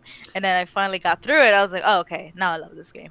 What happened to me was, this is like before I had a job that I could take and buy games on the regular. So then I was like, I got to the point that I beat all my games. I beat Final Fantasy VII. I beat all these other long games. I'm like, man, I ain't got shit to play. And all I had was Parasite Eve, and I was like, fuck. So I turned this game back on, beat that gator, and then I move on to the rest of the story, and it happened to be a pretty damn good story. So. And you know what? Like a lot of the horror games nowadays are kind of giving throwbacks to like older games like Amnesia and like the Insanity Meter, and there was one game that I can't remember right now. I can't remember the name, but it basically fucked with you as you played the game. So like it would randomly turn off the volume. So it would show you the volume going down. So you would think like, am I sitting on the Talking about that controller? game. I'm thinking it was for GameCube. I can't remember when it was made by Rare, I think. Yeah, and it would like turn off the volume, and then all of a sudden put it full blast to scare the shit out of you, and then put something like at you, and it would just mess with you, or turn off the screen. Eternal Darkness. Yes, there we go. Or Fatal Frame, or things like that. And they're kind of bringing that back, because scary games are not scary because of, combat. They're scary because of, like atmosphere, and like, I will die if I touch this. It's like, I will die if it gets me. They leave you helpless. If you feel helpless, it's like, Yeah. Denny Ferreira in the chat remembers Parasite Eve. That's my boy. So he knows me. Yeah, that's an old game, man. I mean, but it was one of those games that not a lot of people played either. So it wasn't like a big thing. Or even I don't want to change the subject here for a second. I'm just curious because you mentioned something earlier, George. It's totally off subject. You said you had a time lapse video of you putting this pumpkin together. Yes, I will have that. Oh, that's cool. Where can we see that at? On Wednesday. Like searching. I haven't put it out yet. I told you. You should. Yeah, good. It's gonna be a Halloween episode. Okay, I want to see all that. about my themes. Yeah, it's gonna be let out on Wednesday. I still gotta take and put the whole thing together. I have a lot of footage for that. So, anyone in chat has played Alien Isolation or no? Dude, I saw that on. I saw that in like what do you call it, IGN or something. That shit looks scary as fuck. I can't play that. That, like, how in some games when there's a monster, it has a pattern. Like if you can figure out the pattern, you can kind of get away from it. No, the AI on this alien from Alien Isolation, so savage. Like you could be in a corner for an hour if it doesn't want to go away.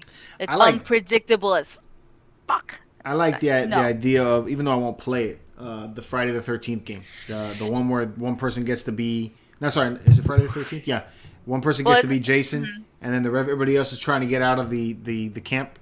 Yeah, there's a couple of those. Like the major one is Dead by Daylight. That's the best one.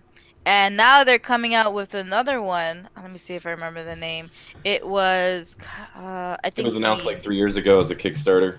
Yeah, but no, there's another one that's coming out that's similar to Dead by Daylight, but the new feature of it is that there's 9 people, you're in a facility, you run out into the swamp area, whatever, or this general area, you collect your weapons, you try and like turn on the generators to light up the tower to escape. So there it's similar, or practically the same. The only difference is that whatever comes at you is not the same thing. So if you're in an area like where it's a graveyard, wolves might spawn and come after you and chase you. Or if you're in an area, you see the slasher, you better hide, and there'll be another slasher or something always around. But the coolest thing is that since it is 9 people and it's not versus, that you can use your phone as a flashlight and also to chat with each other in game.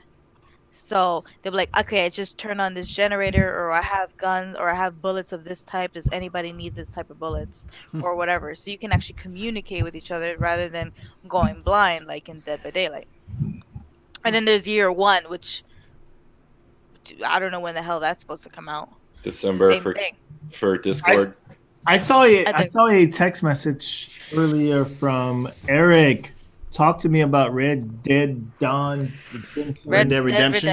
Yo, yeah. I want to get a gang together, bro. Let's MCE, bro. Let's get Red Dead Redemption. Let's play that shit. I would. So we can all play together is what you're trying to tell me? They're going to have an online part 2.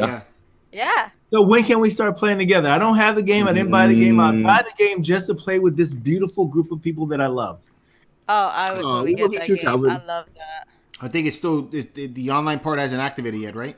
That's correct. I'm just saying, I would love it, man. One of our Monday night shows could just be all of us playing. I don't know, but Oh, like make a live stream with you guys. George doesn't like playing video games with me. No, that's not true. It has nothing to do with you, Seth. Oh my this God. guy, bro. You know okay, what? so you know what this Doesn't guy's like me. referring to? All right, so we're talking about what was it?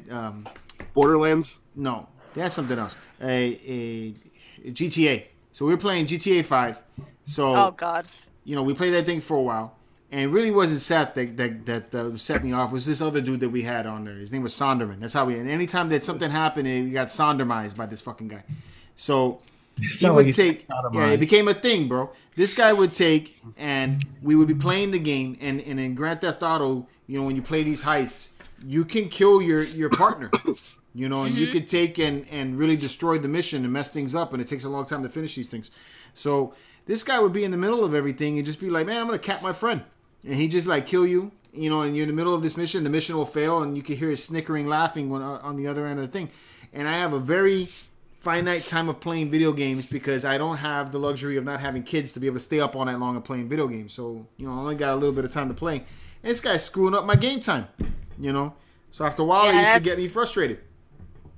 Now, yeah, that's So definitely. that was the one thing. That was the one idea that I had. I've got two ideas, and I'll just stop talking after that. The one was playing this game together, whatever we're gonna do. But hey, Eric, Seth, you guys need to convince George that we need. You guys live in Florida, West Palm Beach, Orlando. Yes. Convince George to do put together a MCE cruise out of one of these ports that you guys live. I'm trying to get a cruise together for January.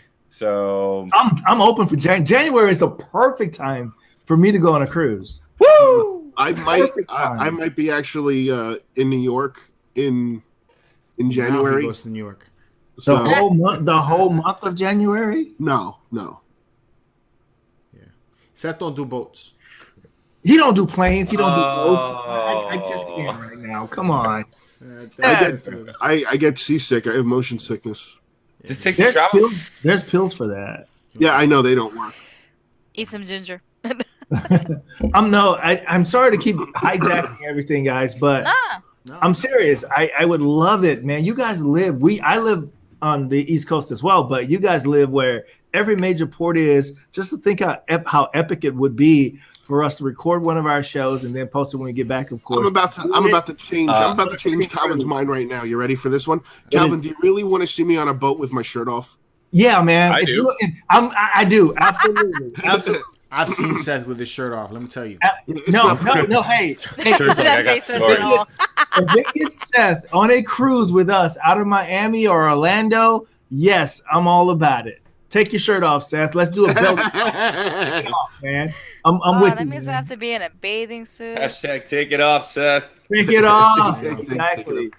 So, Eric, February, January, I'm totally dude, fucking cruise. any time in January and February. Seth, I guarantee you're gonna have a fucking awesome time or your money back. First of all, we need to do the MCE meet and greet first. Yes, that needs to happen. That needs to happen November, first. actually, guys. Well, you guys are that'd in be November. nice. No, I can't do November for that. December, maybe a couple of months in December. November's filled up right now. All right, so December. All right, that's fine. But Oh shit. Eric's on board. George didn't commit. I haven't said anything yet. I can't answer that completely yet. I'm gonna talk to Candy because she's my friend now. Okay, you and I are cool. Talk to my wife. See what she says. Yes, because I have full control of my money. Well, I don't care about you, George. All I got to do is convince Candy. Oh my goodness, that would be kind of cool though. All right, I need to go to bed. Wait, no. Hold up, man. We already did the Red Dead Redemption topic. We did the video game topic. We got one more thing to let people know about, and that's Netflix series. All right, guys. Yes. There's The Haunting for you guys to watch. The Haunting, I heard, is really damn good. It is so good. It is, right? Daredevil. Oh, hell yes, it I'm is. not even going to tell you guys what it's about. I mean, from what I heard, what's cool about it is that, like several episodes build up to one final episode, and the final episode backtracks to the beginning of so it kind of explains everything going on. Right? That's what my buddy told me. Yes and no. My buddy told me there were some things like that. Okay. It's based off, like, the Without Haunted Milk spoilers. House, but it goes over. It does a lot of flashbacks and goes over experiences that the kids had in the house and accumulates to a big hurrah at the end. And the story-wise, really freaking good. And it actually has some good scares, and the scares are throwbacks to the book and the old movie. My friend told me that it is pretty damn scary. And he doesn't scare easily, so you know. I watched it. I wasn't scared. I got scared for one part because it was freaky, but other than that, I didn't get scared. But it was so good that I marathoned the whole damn thing. Yeah, he said the same thing. It was pretty damn good. It's story-wise, it's top notch. Other one that's out that's good for horror is Castlevania. Although I saw a part of this season, I gotta admit that I was not in the right state of mind. It was very easy for me to fall asleep in it. Oh, I definitely have not seen any episodes of it yet, but I'm definitely going to marathon that too. Yeah. Where's everybody at on Daredevil? I finished it. I got that topic. I got two episodes. I got 2 episodes left. I don't watch any of the Marvel. Daredevil was worth it. I like Daredevil. Shame on you. Daredevil and the Punisher was pretty good. Eric, have you seen it? Daredevil's I haven't watched it yet, but I just want to say something really quick. When I was out Saturday night in my costume that you guys saw, this girl came up to me. She's like, "Hey, so what are you supposed to be?" I'm like, "What do you think I am?" She's like, "You're Daredevil, aren't you?" I literally looked at her in the face and I said, "Don't talk to me," and I walked away. Like, "Thought be gone." Be gone. Did you say thought? Did you say thought be gone? Yes. Oh my God, that's funny. See, the girl was probably like a 12 on the scale, right? My man was sitting there. He's like, "Yo, you don't know who I am? Fuck you. Get the fuck out of here. Get the fuck out of here."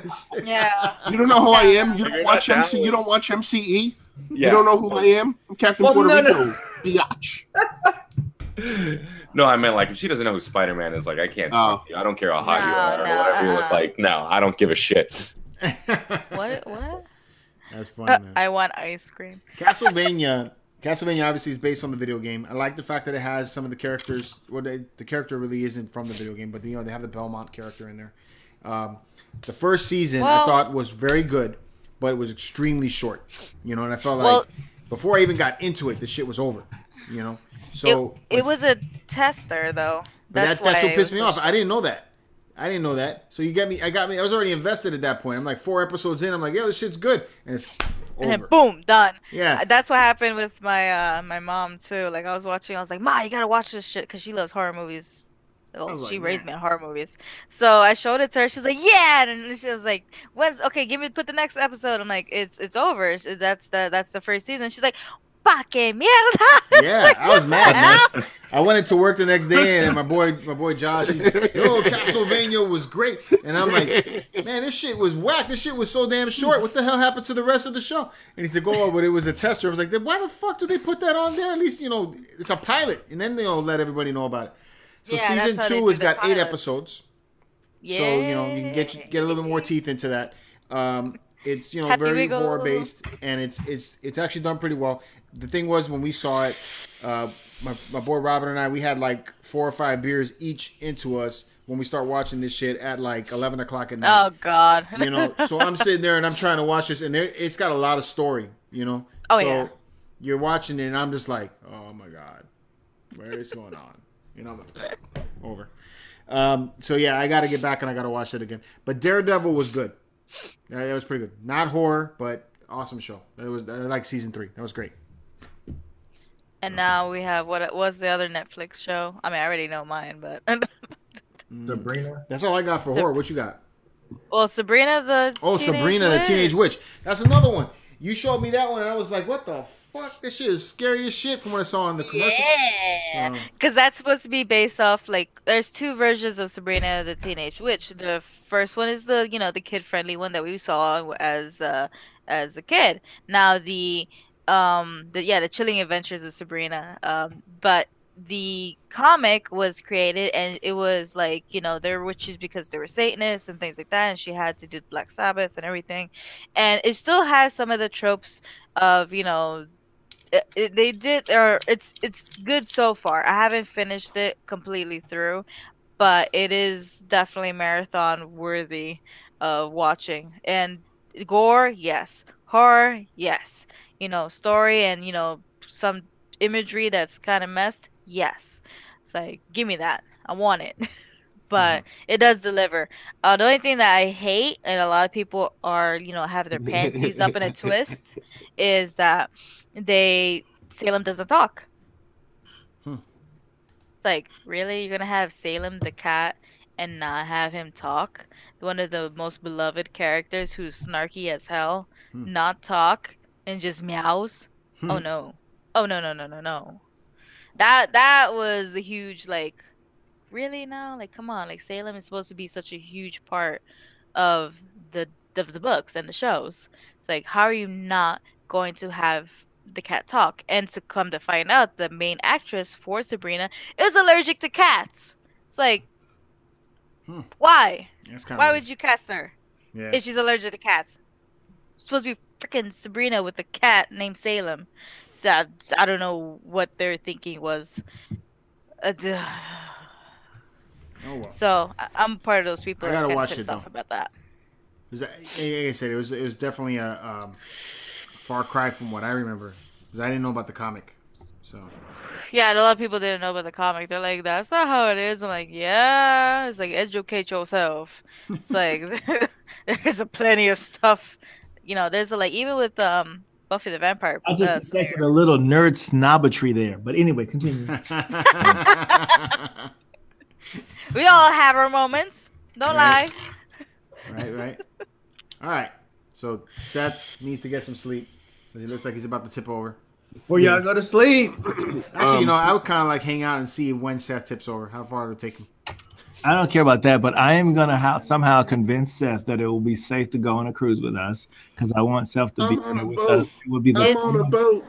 The day you do that, Calvin, I think I may win the lottery.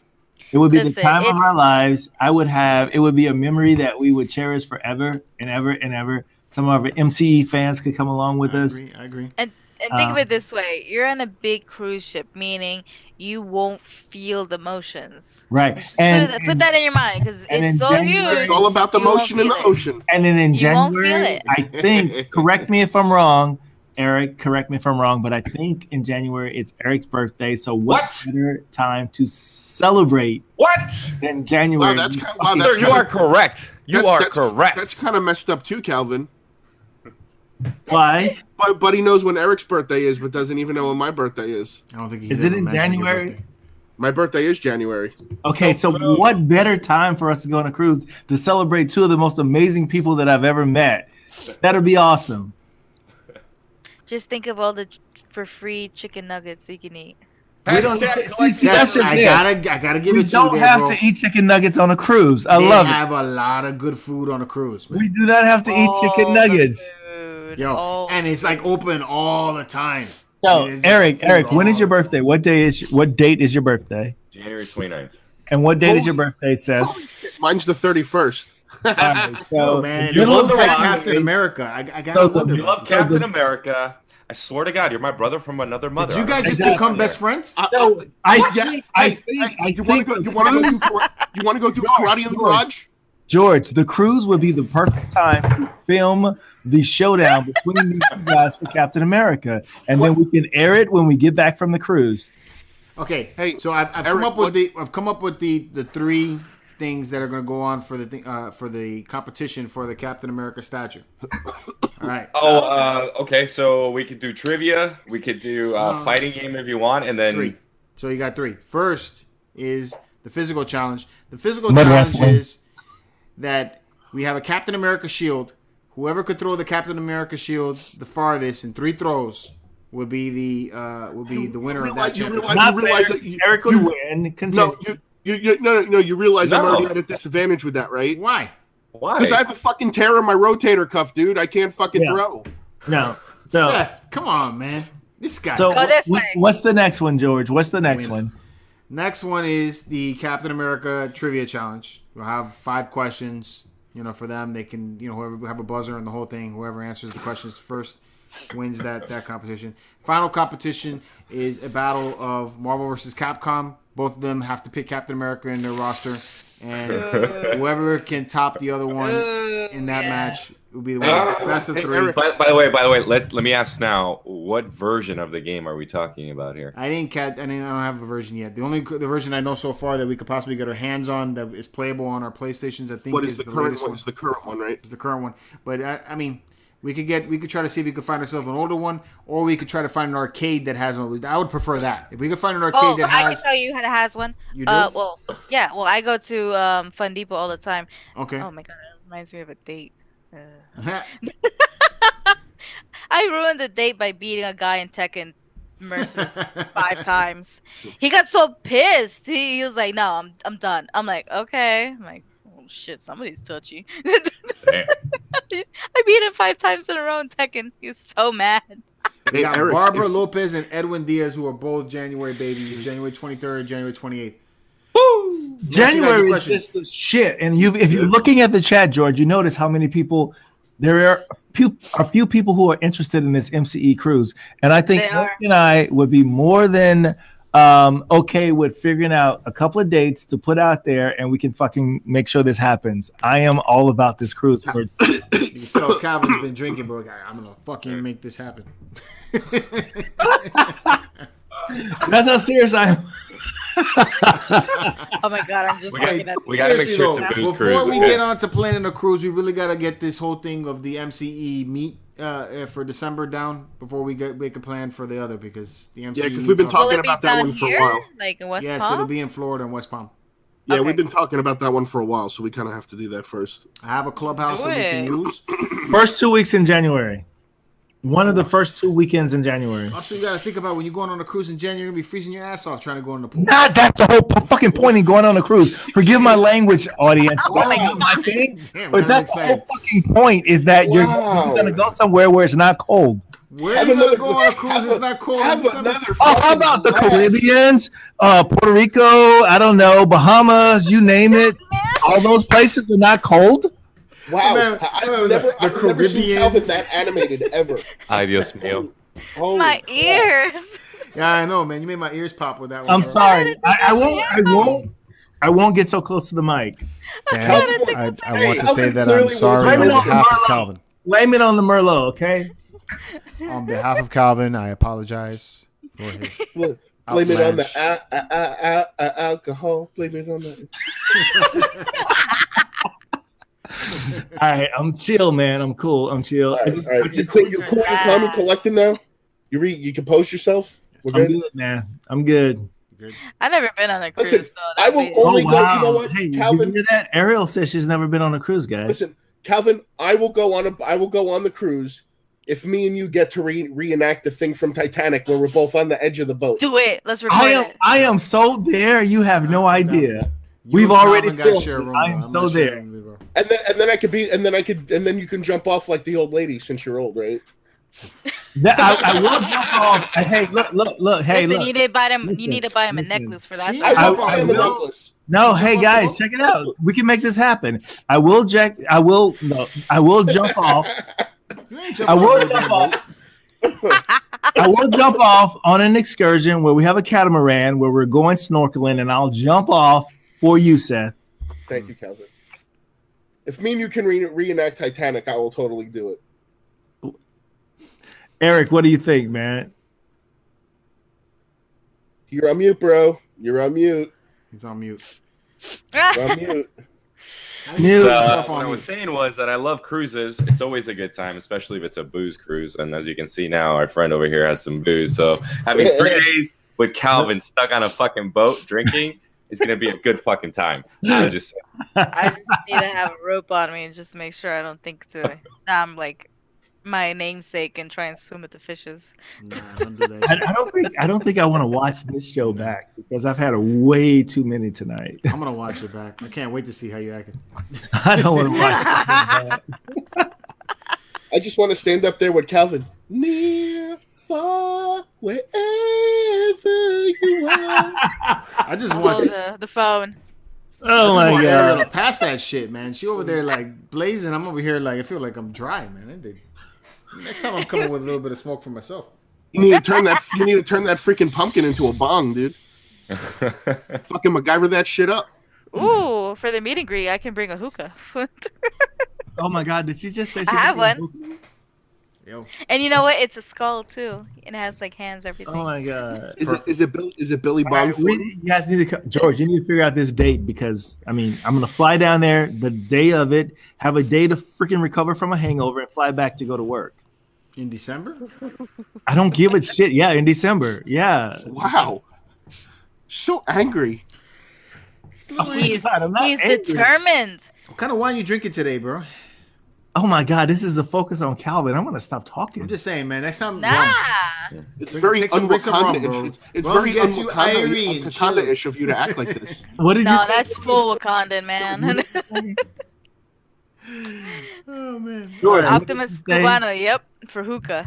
Yeah, for hookah. I'm down with that shit. So, you know what people can do with hookah is they put wine in it. I tell you what, if we were doing what we were doing in San Diego, I wouldn't be this hype. I guarantee you that. That was a good ass time in San Diego, man. I had a good time. So we got so much to look forward to this coming year. We've got San Diego, possibly Singapore, New York Comic Con, and some few things in between, like freaking MegaCon and Orlando, or I think it's Orlando or Miami. Are we doing MegaCon? I'll be down to do MegaCon. I intend to be down there in South Florida or Central Florida with you guys for every event that's happening this coming year. Yeah. The only one that I'm up in the air about right now is Japan. I may go back to Wonder Festival for Winter Wonder Festival, but this time I'm bringing some clothes with me, man, because that shit was cold as fuck. Yeah, it was cold as ice. So is Singapore still a possibility? I don't know, man. You want to go on cruises? You want to, we'll talk. We'll see what's up. All right. I mean, we are there, but I don't know if we're there. We'll see what's up. I'm just telling you, I'm there. So, all right. So, guys, Seth, what you got coming up tomorrow, bro? We got a new hunting video coming out tomorrow. I go to Box Lunch and get the anti-Venom pop that glows in the dark with t-shirt, and then some also other zany shenanigans as usual. Nice. I want to say congratulations, bro. Because your last video did pretty damn good, you know. Thank you. Getting a lot of views on that one. That's pretty awesome. There is, however, no pop off this week, so please keep that in mind. Damn, it kind of depresses me, bro. Although I get to keep the belt for another. So does that mean it's an ultimate forfeit? Is that what you're trying to tell me? Tell you whatever the hell you listen. Whatever helps you sleep at night, bro. I think that's what that is. Is that how you see that, Calvin? I see it like that. Whatever helps you sleep at night. My man's backing out of the pop. I bought tickets to an event that I can't miss. What event? It's wrestling. Okay. Which one? The NXT in West Palm. Oh yeah, I didn't buy tickets for that. Yeah. So I am going Thursday night. Me and Sergeant Funko going to wrestling. Nice. Wrestling. And then Captain Puerto Rico, what you got going on this week, brother? I'm gonna go to Wynwood Wednesday night for Halloween. It's a really bad idea, especially on a work week, but gonna make it happen. All right. Where's that? It's in Miami. It's at yeah. I can't say nothing because I've been driving down to Miami lately to go pop hunting. I've been expanding my territory, so there you go. But yeah, that's what I'm doing. Territory for Seth. And then Saturday, University of Miami football game. That's about it. Nice. Cool. All about the U. Woo! Ariel, what you got going on? Well, I'm gonna start doing a art challenge stream for my streaming, and I bought 5 games today. Nice. So I have lots to go through. There's a huge sale right now on Steam. I got. Let me see what I got. I fucking forgot. I got 6 games. I bought Tomb Raider, the whole the first one, the Rise of the Tomb Raider. I think it was. That with all the DLC included for $5. Nice. Grim Fandango, which I'm thinking of playing tomorrow because it's Grim Fandango and I never played it. These are games I haven't. Well, Tomb Raider I played, but Grim Fandango I never played. That one was like $3. Batman Arkham Knight. I didn't get to play that one. I did play Asylum in City. That one is $5. Alan Wake franchise, so that's a horror game, very story driven too. Right. The 2 games plus little tidbits from it is $5. Okay. And I also got Mad Max, which was $5, and all the tidbits included as well. Nice. Same thing with Batman and Arkham Knight. And the one thing I did buy that wasn't necessarily on sale, or just a little bit on sale, but not really like $5 amount, is Cuphead. Now that artistically, that game is beautiful, but that is a rage game. Does it have co-op yet or no? Huh? Does it have multiplayer co-op yet or no? Oh yeah, I played with that with my bear, and you know it's more of get the fuck out of my way. No, like not local co-op, but like actual like different machines online. I don't know. That was one of the biggest like things with it. It's like, why doesn't this have multiplayer? I think it does. I'm not sure. Maybe they added that in a patch. Yeah. But the DLC is about to come out soon. Nice. So yeah, I still need to buy that one. I'm gonna play it, and my followers and my Twitch streamer is gonna laugh hysterically when I start dropping the F-bombs every 5 seconds. That's a rage game. It's beautiful, but oh my god, it's such a dick sometimes. That's a game that's like a callback to like platformers and it being ridiculously difficult. Yeah, so that I'm gonna have fun with that. And pretty much the rest of those games really cheap, and like they even had other games like even Witcher and things like that. Like the second Witcher, the Assassin of Kings is like $5 right now too. And the Witcher, the Wild Hunt right now with the DLCs and everything, the Blood and Wine, and the other one is on sale right now too. Oh. So right. How's Breath Edge coming along? Breath Edge is good. I actually finished it, and funny thing is that little snippet, like since it's early access, it's just the one chapter. So you get to a point and that's it. Like that's the game, or that's all you're getting for early access until the full release of the game. But being early access, the game is pretty good in the sense of how fleshed out it is.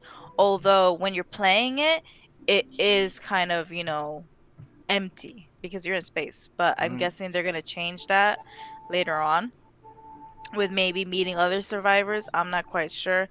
But as of right now, it does feel empty. And the humor is meant to offend everybody when you find it. So, yeah, when they say, oh, we don't mean to offend anybody, it means don't get offended by jack shit that you see in there. Don't be surprised. I'm looking forward to your gameplay on that one. I want to see how that's like. Yeah, it's gonna have a lot of cutting because there's a lot of like foraging for stuff. Okay. So it's mostly gonna be clips of when I find stuff. Cool. All right, cool. Calvin, what you got coming out, bro? Got 4 things coming up. First thing is I've got my first premium format review coming up of this guy here, Death. I've got my MCE collecting it on a budget, probably coming up this week. I'll send you the link to it, of the Punisher from Netflix. Nice. And then kind of lost my train of thought. So the most important thing I got coming up right now is that I got to figure out what dates we can go on a cruise in January. And the cruise. That is not gonna die. That is something that he's gonna call me. Gotta get John Medina on that too. I can see this dude. This dude's gonna call me in the morning on my way to work. He's like, George, how about that cruise? Exactly. No, when I call you tomorrow, I'm gonna call you with dates. And then I guess for fun, the only thing that's happening is that I'm gonna get to go to Orlando for the first time for Horror Nights at Universal. So I'm looking forward to it. Make sure you have a fast pass. I'll do whatever I have to do, but the cruise is paramount at this point, and we gotta just figure that out. True. And that's it. All right. I think I'm gonna do Sugar Skull tomorrow. That's what I'll do. Yeah, because I did Sugar Skull makeup before, and so I'm like, you know what? I'll do that for my stream tomorrow. Or not tomorrow, on Halloween. I'll dress up in Sugar Skull with roses in my hair and everything. Sweet. Why not? There you go. All right. So I got the pumpkin video coming out. I also have obviously a statue review before Friday. I'll have something up. Do have a lot more that I still gotta review. You guys think I'm not done, that I'll be done, but I'm not done. Not even close. So got a lot. And then what else? Batman the Animated Series comes out tomorrow on Blu-ray. If any of you guys are buying that. Oh wow, that's awesome. Yeah. Seth, are you getting that, bro? I'm in bed, dude. I ain't fucking budging tomorrow, dude. I'm in bed. I'm gonna check it out. I'm just saying. I mean, if you order it on Amazon right now, it comes with pop figures also. Oh, does it? Oh, well, no, they're not pop figures. They're keychains. They're keychains. Okay. They're like pop figures. Yeah, they're the pop keychains. Seth is fucked up. Look at him. He's like, bam, hit the camera with the thing. Yeah, you need to feel it. Yeah.